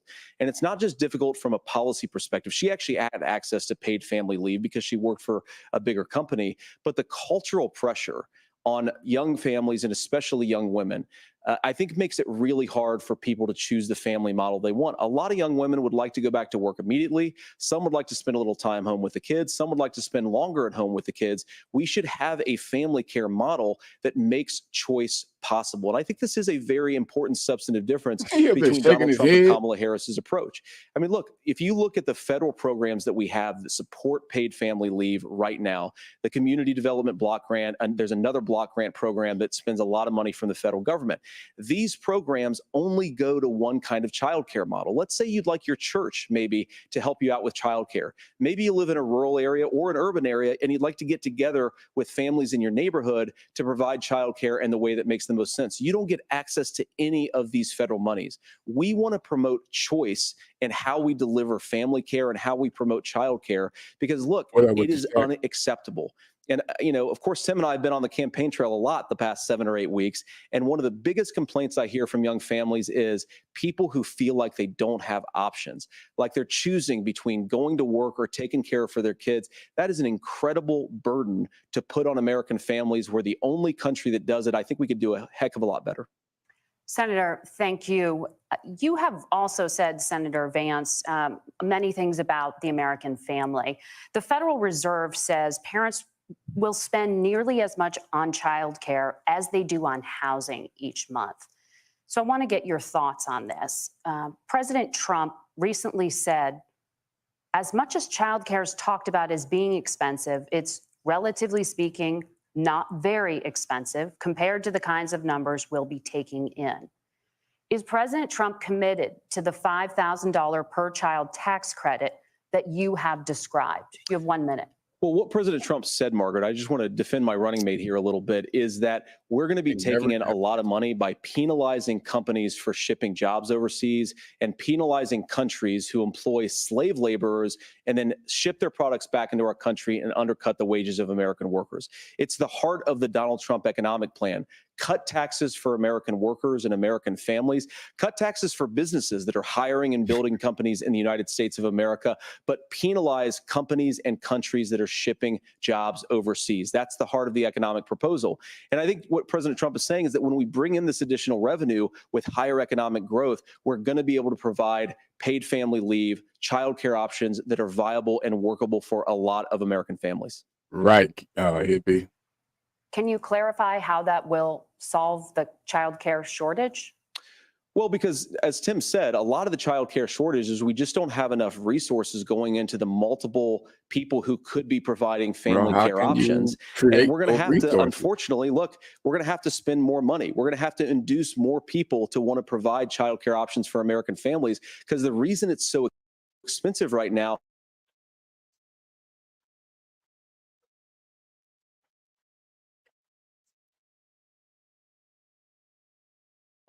Thank you, Senator. Governor Walz proposals. Newborns and $3,000 credit for children over the age of 6, as your campaign has promised. Is that realistic? Well, if these members of Congress are listening to anybody, I can tell you, and this is the biggest issue. Everybody listening tonight knows. I mean, I'm sure they were shocked to hear it's not that expensive. And let's be clear, whether it's $5,000 or $6,000, that pays you about 3 or 4 months. Let's be clear of where we're at on this. It's because we got out of an imbalance on this. We thought we were going to get by not paying people. I don't think Senator Vance and I are that far apart. I'm not opposed to what he's talking about on options. We've done scholarships types of things. I think we need to be open to making the case. But the issue here is, the question you asked is, you're not going to pay for it with these tariffs. That's just adding another $4,000 on the family and taking less. So not only do they not get the money to pay for that, they're $4,000 in the hole. That's Wharton School. That's his alma mater. And so I think the issue here is, if those members of Congress, I can't believe they're not. When I go to businesses, sure, they'll talk about taxes sometime, but they will lead with childcare and they will lead with housing, because we know the problem is, especially in a state like Minnesota, we need more workers because our economy is growing, but we need the workforce. Governor, thank you. We need to move on. Nora? Let's talk about the state of democracy, the top issue for Americans after the economy and inflation. After the 2020 election, President Trump's campaign and others filed 62 lawsuits contesting the results. Judges, including those appointed by President Trump and other Republican presidents, looked at the evidence and said there was no widespread fraud. The governors of every state in the nation Republicans and Democrats certified the 2020 election results and sent a legal slate of electors to Congress for January 6th. Senator Vance, you have said you would not have certified the last presidential election and would have asked the states to submit alternative electors. That has been called unconstitutional and illegal. Would you again seek to challenge this year's election results, even if every governor certifies the results? I'll give you 2 minutes. Well, Nora, first of all, I think that we're focused on the future. We need to figure out how to solve Why the the inflation fuck would they crisis bring caused that by up? Kamala Harris's policies, make housing affordable, make groceries affordable, and that's what we're focused on. But I want to answer your question because you did ask it. Look, what President Trump has said is that there were problems in 2020, and my own belief is that we should fight about those issues, debate those issues peacefully in the public square. And that's all I've said. And that's all that Donald Trump has said. Remember, he said that on January the 6th, the protesters ought to protest peacefully. And on January the 20th, what happened? Joe Biden became the president. Donald Trump left the White House. And now, of course, unfortunately, we have all of the negative policies that have come from the Harris-Biden administration. I believe that we actually do have a threat to democracy in this country, but unfortunately, it's not the threat to democracy that Kamala Harris and Tim Walz want to talk about. It is the threat of censorship. It's Americans casting aside lifelong friendships because of disagreements over politics. It's big technology companies silencing their fellow citizens. And it's Kamala Harris saying that rather than debate and persuade her fellow Americans, she'd like to censor people who engage in misinformation. I think that is a much bigger threat to democracy than anything that we've seen in this country in the last 4 years, in the last 40 years. Now, I'm really proud, especially given that I was raised by two lifelong blue-collar Democrats, to have the endorsement of Bobby Kennedy Jr. and Tulsi Gabbard, lifelong leaders in the Democratic coalition. And of course, they don't agree with me and Donald Trump on every issue. We don't have to agree on every issue, but we're united behind a basic American First Amendment principle that we ought to debate our differences. We ought to argue about them. We ought to try to persuade our fellow Americans. Kamala Harris is engaged in censorship at an industrial scale. She did it during COVID. She's done it over a number of other issues. And that, to me, is a much bigger threat to democracy than what Donald Trump said when he said that protesters should peacefully protest on January the 6th. Governor? Well, I've enjoyed tonight's debate, and I think there was a lot of commonality here. And I'm sympathetic to misspeaking on things, and I think I might have with the senator. Me too, man. There's one though that this one is troubling to me, and I say that because I think we need to tell the story. Donald Trump refused to acknowledge this, and the fact is that I don't think we can be the frog in the pot and let the boiling water go up. He was very clear. I mean, he lost this election, and he said he did. 140 police officers were beaten at the Capitol that day. Some with the American flag, several later died. And it wasn't just in there. In Minnesota, a group gathered on the state capitol grounds in St. Paul and said, we're marching to the governor's residence and there may be casualties. The only person there was my son and his dog, who was rushed out crying by state police. That issue and Mike Pence standing there as they were chanting, hang Mike Pence. Mike Pence made the right decision. So, Senator, it was adjudicated over and over and over. I worked with kids long enough to know, and I said as a football coach, sometimes you really want to win, but the democracy is bigger than winning an election. You shake hands, and then you try and do everything you can to help the other side win. That's what was at stake here. Now, the thing I'm most concerned about is the idea that imprisoning your political opponents, already laying the groundwork for people not accepting this. And a president's words matter. A president's words matter. People hear that. So I think this issue of settling our differences at the ballot box, shaking hands when we lose, being honest about it, but to deny what happened on January 6th, the first time in American history that a president or anyone tried to overturn a fair election and the peaceful transfer of power. And here we are 4 years later in the same boat. I will tell you this, that when this is over, we need to shake hands this election, and the winner needs to be the winner. This has got to stop. It's tearing our country apart. Margaret?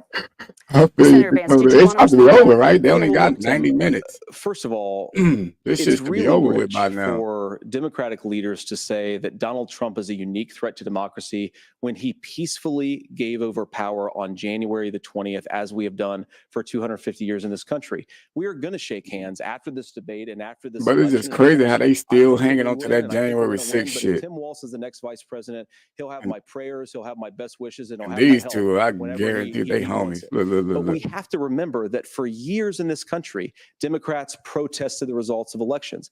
Hillary Clinton in 2016 said that Donald Trump had the election stolen by Vladimir Putin because the Russians bought like $500,000 worth of Facebook ads. This has been going on for a long time. And if we Right. want to say that we need to respect the results of the election, I'm on board. But if we want to say, as Tim Walz is saying, that this is just a problem that Good Republicans night, have had, Tim. I don't buy that. Governor. January 6th was not Facebook ads. And I think a revisionist my history days. on this. Look, I don't understand how we got to this point. But the issue was that happened. Donald Trump can do it. And all of us say there's no place for this. It has massive repercussions. This idea that there's censorship to stop people from threatening to kill someone, threatening to do something, that's not censorship. Censorship is book banning. We've seen that. We've seen that brought up. I just think for everyone tonight, and I'm going to thank Senator Vance. I think this is the conversation they want to hear.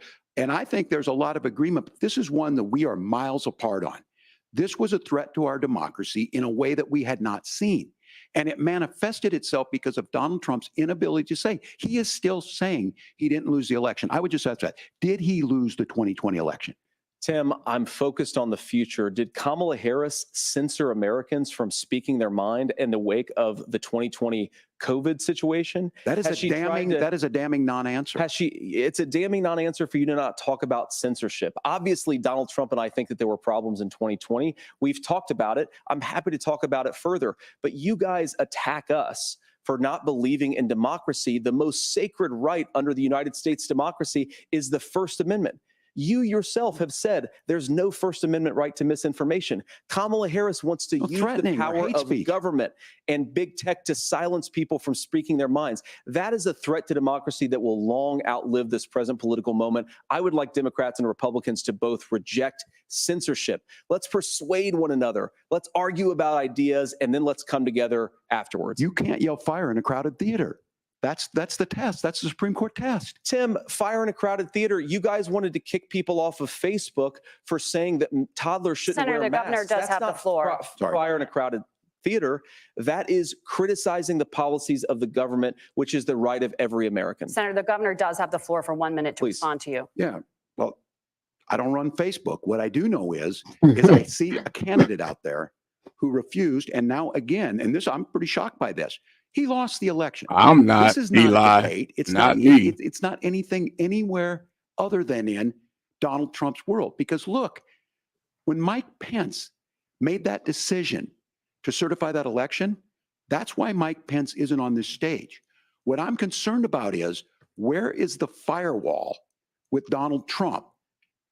Where is the firewall if he knows he could do anything, including taking an election, and his vice president's not going to stand to it? That's what we're asking you, America. Will you stand up? Will you keep your oath of office, even if the president doesn't? And I think Kamala Harris would agree. She wouldn't have picked me if she didn't think I would do that, because of course that's what we would do. So America, I think you've got a really clear choice on this election of who's going to honor that democracy and who's going to honor Donald Trump. Governor, Yeah, I your can't do a time poll is up. right now through Thank this, you, gentlemen. We will be right back with both of our StreamYard. I'm on candidates. The StreamYard, so CBS I News can't do vice it. presidential debate continues.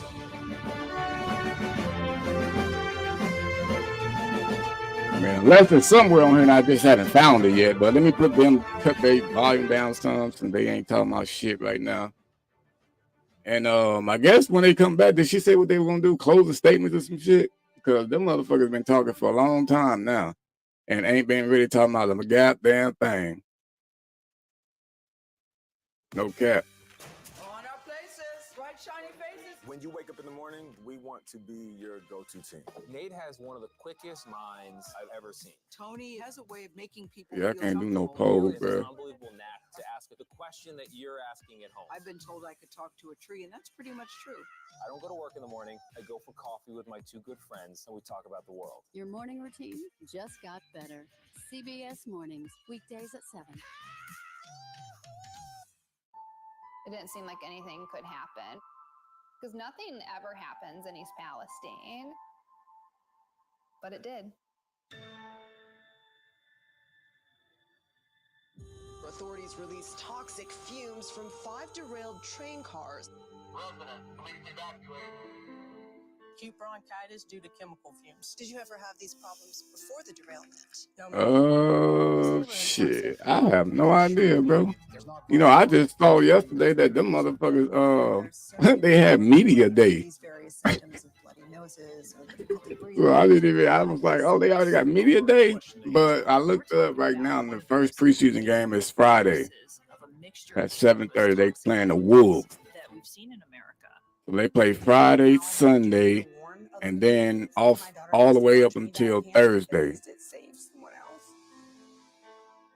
Damn, like all their preseason game is gonna be testers. They playing the Warriors, Suns, Bucks, and the Timberwolves. In each game, they playing the Suns twice.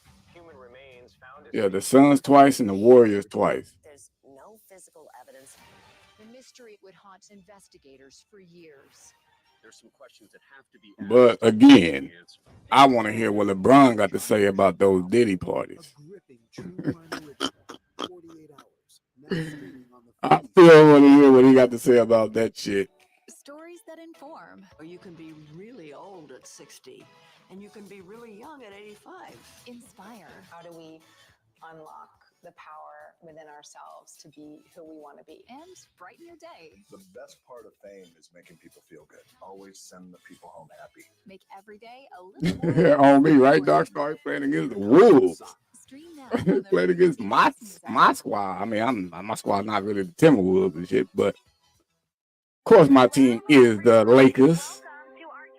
But again, I still need LeBron to tell me what he meant by ain't no party like a Diddy party. But the risks that come with the territory. There have been 4 fatal accidents. That's a 1% fatal accident rate. Might make you look before you launch. If you had 1 out of 100 airplanes falling out of the sky, we'd have a public crisis. Space tourism, now streaming on the free CBS News app.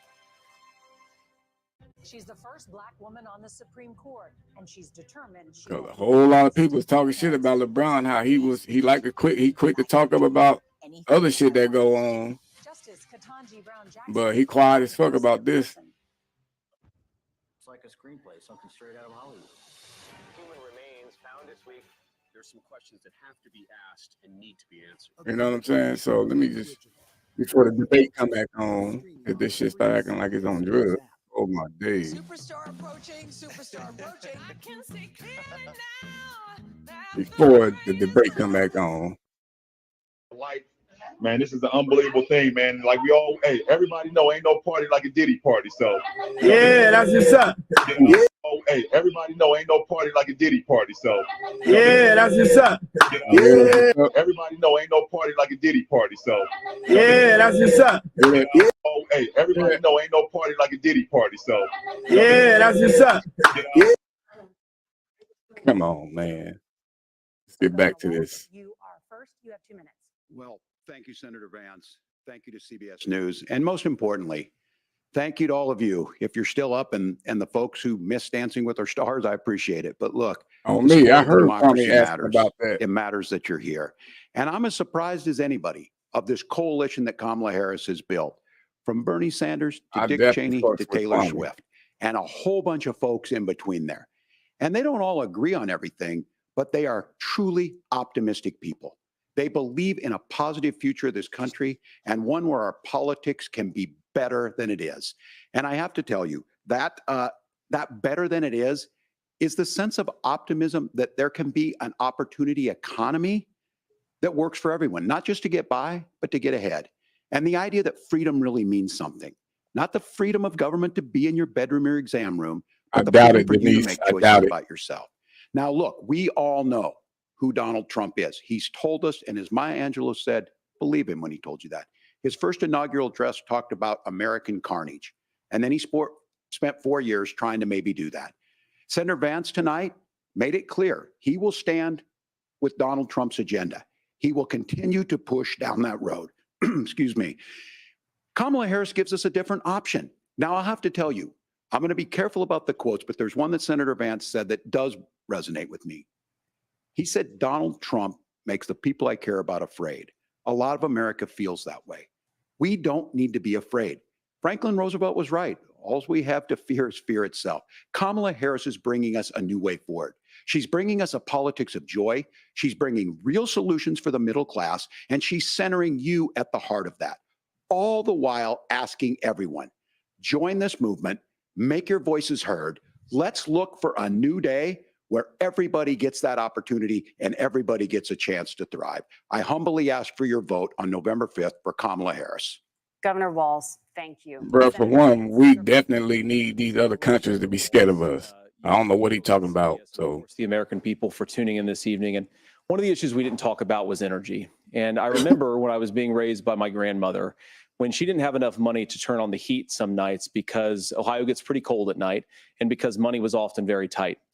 And I believe, as a person who wants to be your next vice president, that we are a rich and prosperous enough country where every American, whether they're rich or poor, ought to be able to turn on their heat in the middle of a cold winter night. That's gotten more difficult thanks to Kamala Harris's energy policies. I believe that whether you're rich or poor, you ought to be able to afford a nice meal for your family. That's gotten harder because of Kamala Harris's policies. I believe that whether you're rich or poor, you ought to be able to afford to buy a house. You ought to be able to live in safe neighborhoods. You ought to not have your communities flooded with fentanyl. And that too has gotten harder with Kamala because of Kamala Harris's policies. Now, I've been in politics long enough to do what Kamala Harris does when she stands before the American people and says that on day one, she's going to work on all these challenges I just listed. She's been the vice president for 3.5 years. Day one was 1,400 days ago, and her policies have made these problems worse. Now, I believe that we have the most beautiful country in the world. I meet people on the campaign trail who can't afford food, but have the grace and generosity to ask me how I'm doing and to tell me they're praying for my family. What that has taught me is that we have the greatest country, the most beautiful country, the most incredible people anywhere in the world. But they're not going to be able to achieve their full dreams with the broken leadership that we have in Washington. They're not going to be able to live their American dream if we do the same thing that we've been doing for the last 3.5 years. We need change. We need a new direction. We need a president who has already done this once before and did it well. Please vote for Donald Trump. And whether you vote for me or vote for Tim Walz, I just want to say I'm so proud to be doing this, and I'm rooting for you. God bless you, and good night. Senator Vance, thank you. And thank you both for participating in the only vice presidential debate of this election cycle. I'm Margaret Brennan. And I'm Nora O'Donnell. And a reminder, there are just 35 days until Election Day. Please get out and vote. And for all of us here at CBS News, thank you and good night. wow. Thank you and good night. You know, they sitting up there like, man, you know what, bro? We should just run this shit ourselves. And why the fuck you want to fuck a koala, man? Why the fuck you want to fuck a Trump? I know, right? Yeah, bro, look, we gonna set both of these motherfuckers up. We gonna put hot mics on. Oh, hold on, man, my wife coming. Like, yeah, man, so I was just telling him here, like, yeah, bro, we gonna set both of them up. We both gonna try to run the country. Like, fuck Koala and Trump. We both had a better debate than them. Koala up his line talking about she black. Now she done got found out.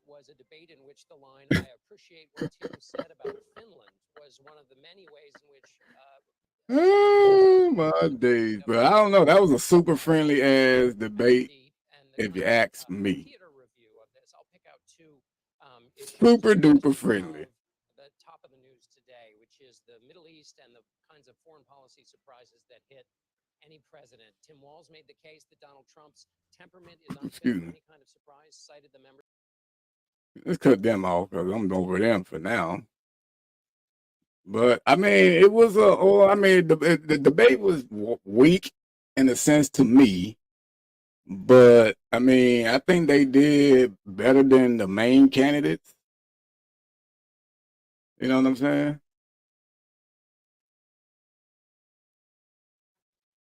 So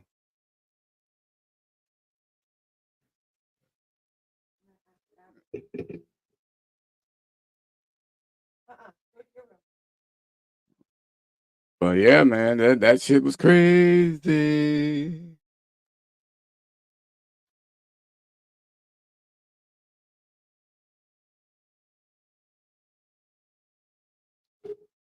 Yeah, they was more they was low key, but they wasn't like mad at each other. They was up there talking about how they agree with each other on a whole lot of things and stuff like that. So I'm more like, damn, they just too friendly.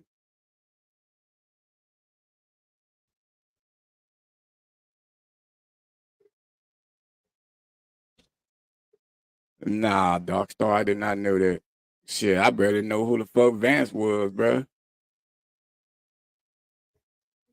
I've been trying to, sway away from the political shit because these motherfuckers is going crazy.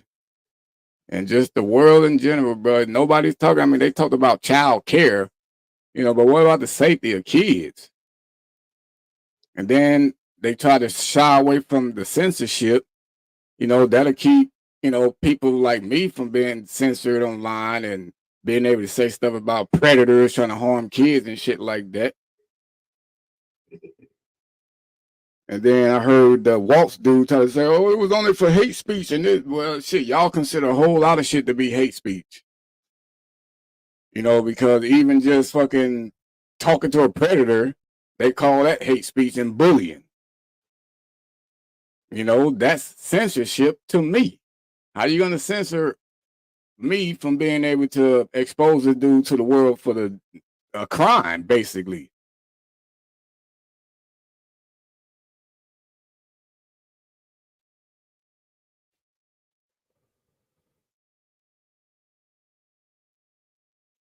Yeah, but see, that's exactly. But see, it's the shit that they are considering to be hate speech. You know what I'm saying? Like, come on, bro.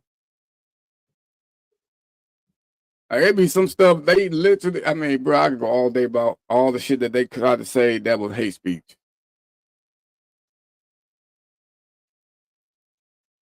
Exactly, stranger. That's about the only goddamn right they making us enforce, or that they really enforcing. I said you got the right to remain silent. Shut the fuck up. Why are you still talking? Come on, American citizen. You're not supposed to have freedom to say what you want to say.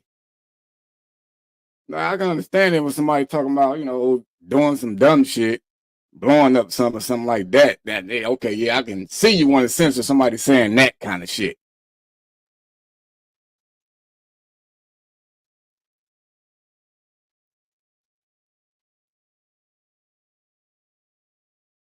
So who do you think got that much power? Hippie, who you think got that much power?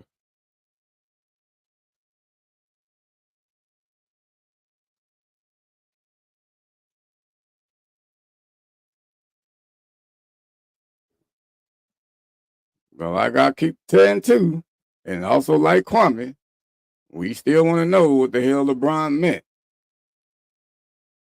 Cause LeBron been hella quiet. Right? So LeBron been hella quiet after, everybody wanted to act with. They asking him,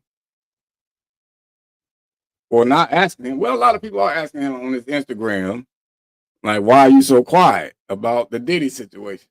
That's your homie. You said,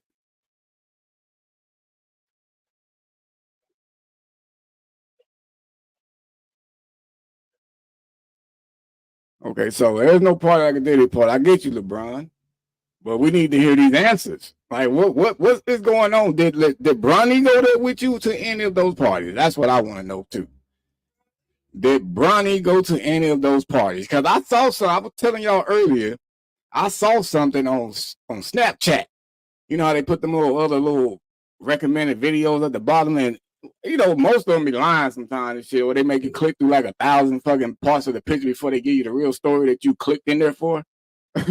But this one said that Diddy was allegedly trying to get Bronny, like somewhat beg for him.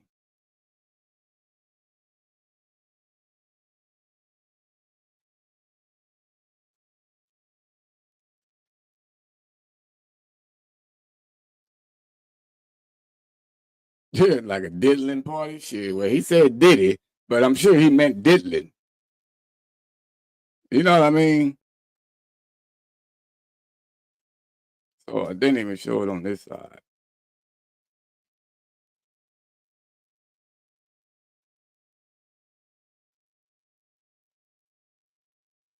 But the people wants to know. Giving everybody a light, man. This is an unbelievable thing, man. Like we all, hey, everybody know ain't no party like a Diddy party. So yeah, that's what's up. Yeah, that's what's up. Well, what's up then, bro? Well, what's really up? Because I was starting to like LeBron, you know, when he was opening up the school and shit for the kids and gave some other kids some shoes and all this other shit. I'm like, man, okay. You're a cool little human being.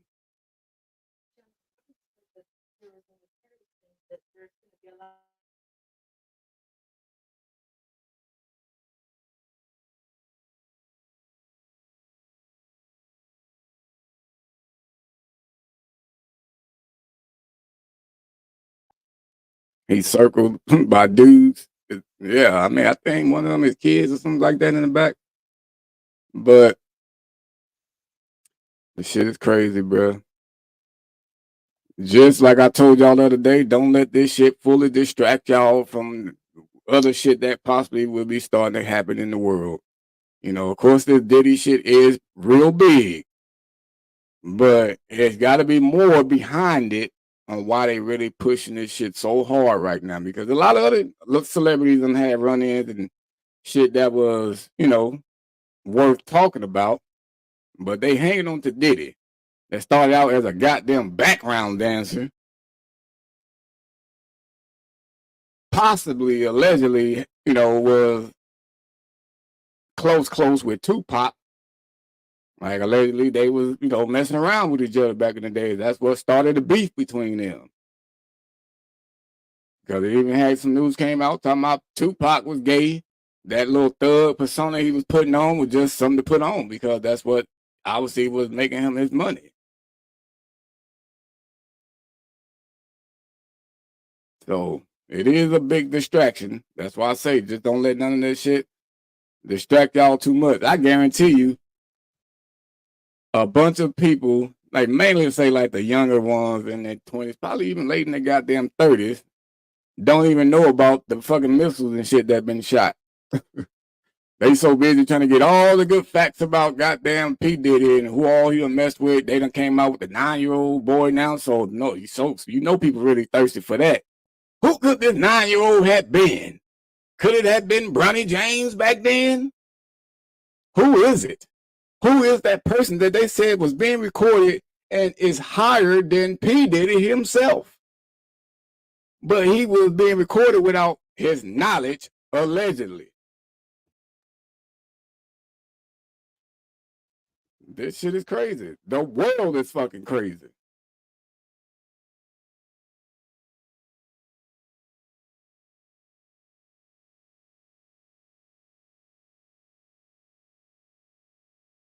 Y'all just make sure y'all keep y'all motherfucking heads on the swivel, bro.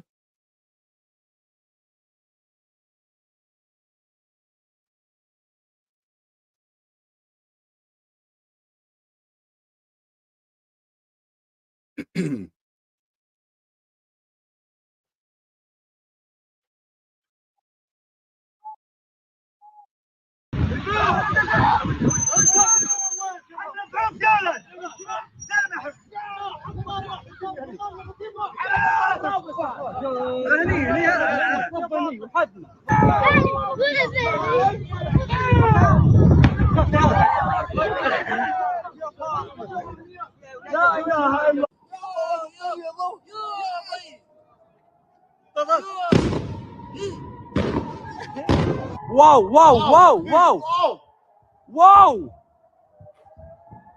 הכל נופל לנבטים, אני אומר לך, מתקפה אחת החזקות. אימא'לה, אימא'לה, אימא'לה, זהו, למקלט.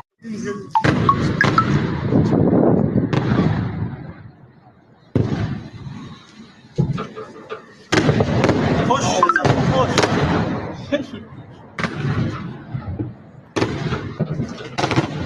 يا أبو كلن على المطار اقسم بالله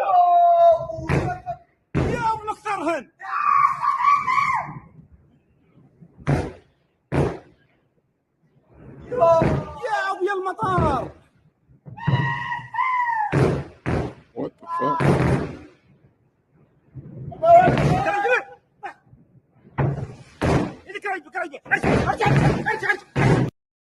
I bet his ass ain't. I bet he ain't doing that no more.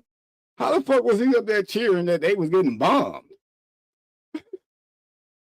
And see, but seeing shit like that is what make me be glad that I live where I live. Because I can only imagine just seeing them missiles and shit coming out of the sky looking like fireworks and just tearing up a whole bunch of shit, bruh.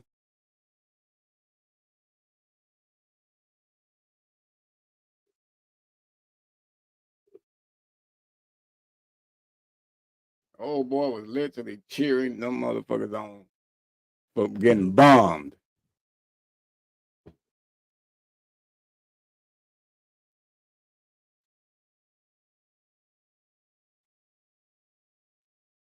But anyways, folks, man, I'm about to get ready to get my ass off of here and out of here for the night. Enjoyed y'all as usual.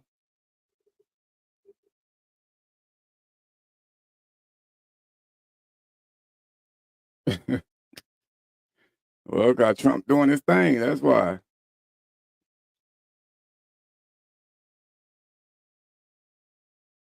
That's why I don't do religion, man. I'm spiritual, bro. All this religious shit, that also is a form of division. It just make people start hating each other and want to fight and argue. As you see that what was going on with those missiles, they're fighting and arguing over something.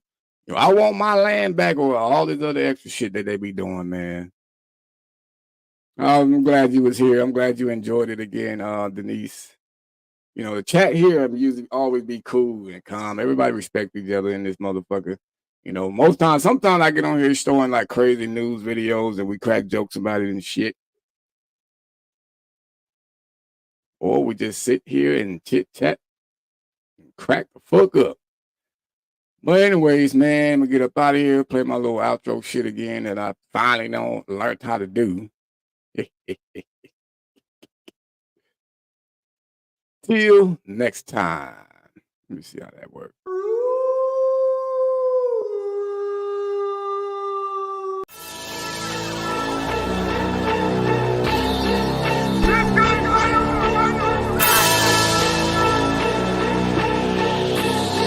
Will you marry me? No.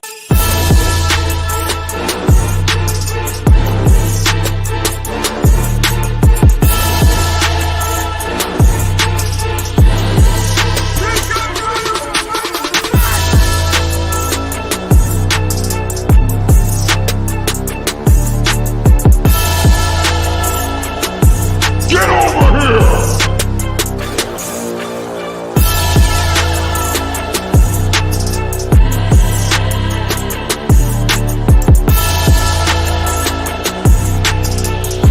You know what woman is? What is it?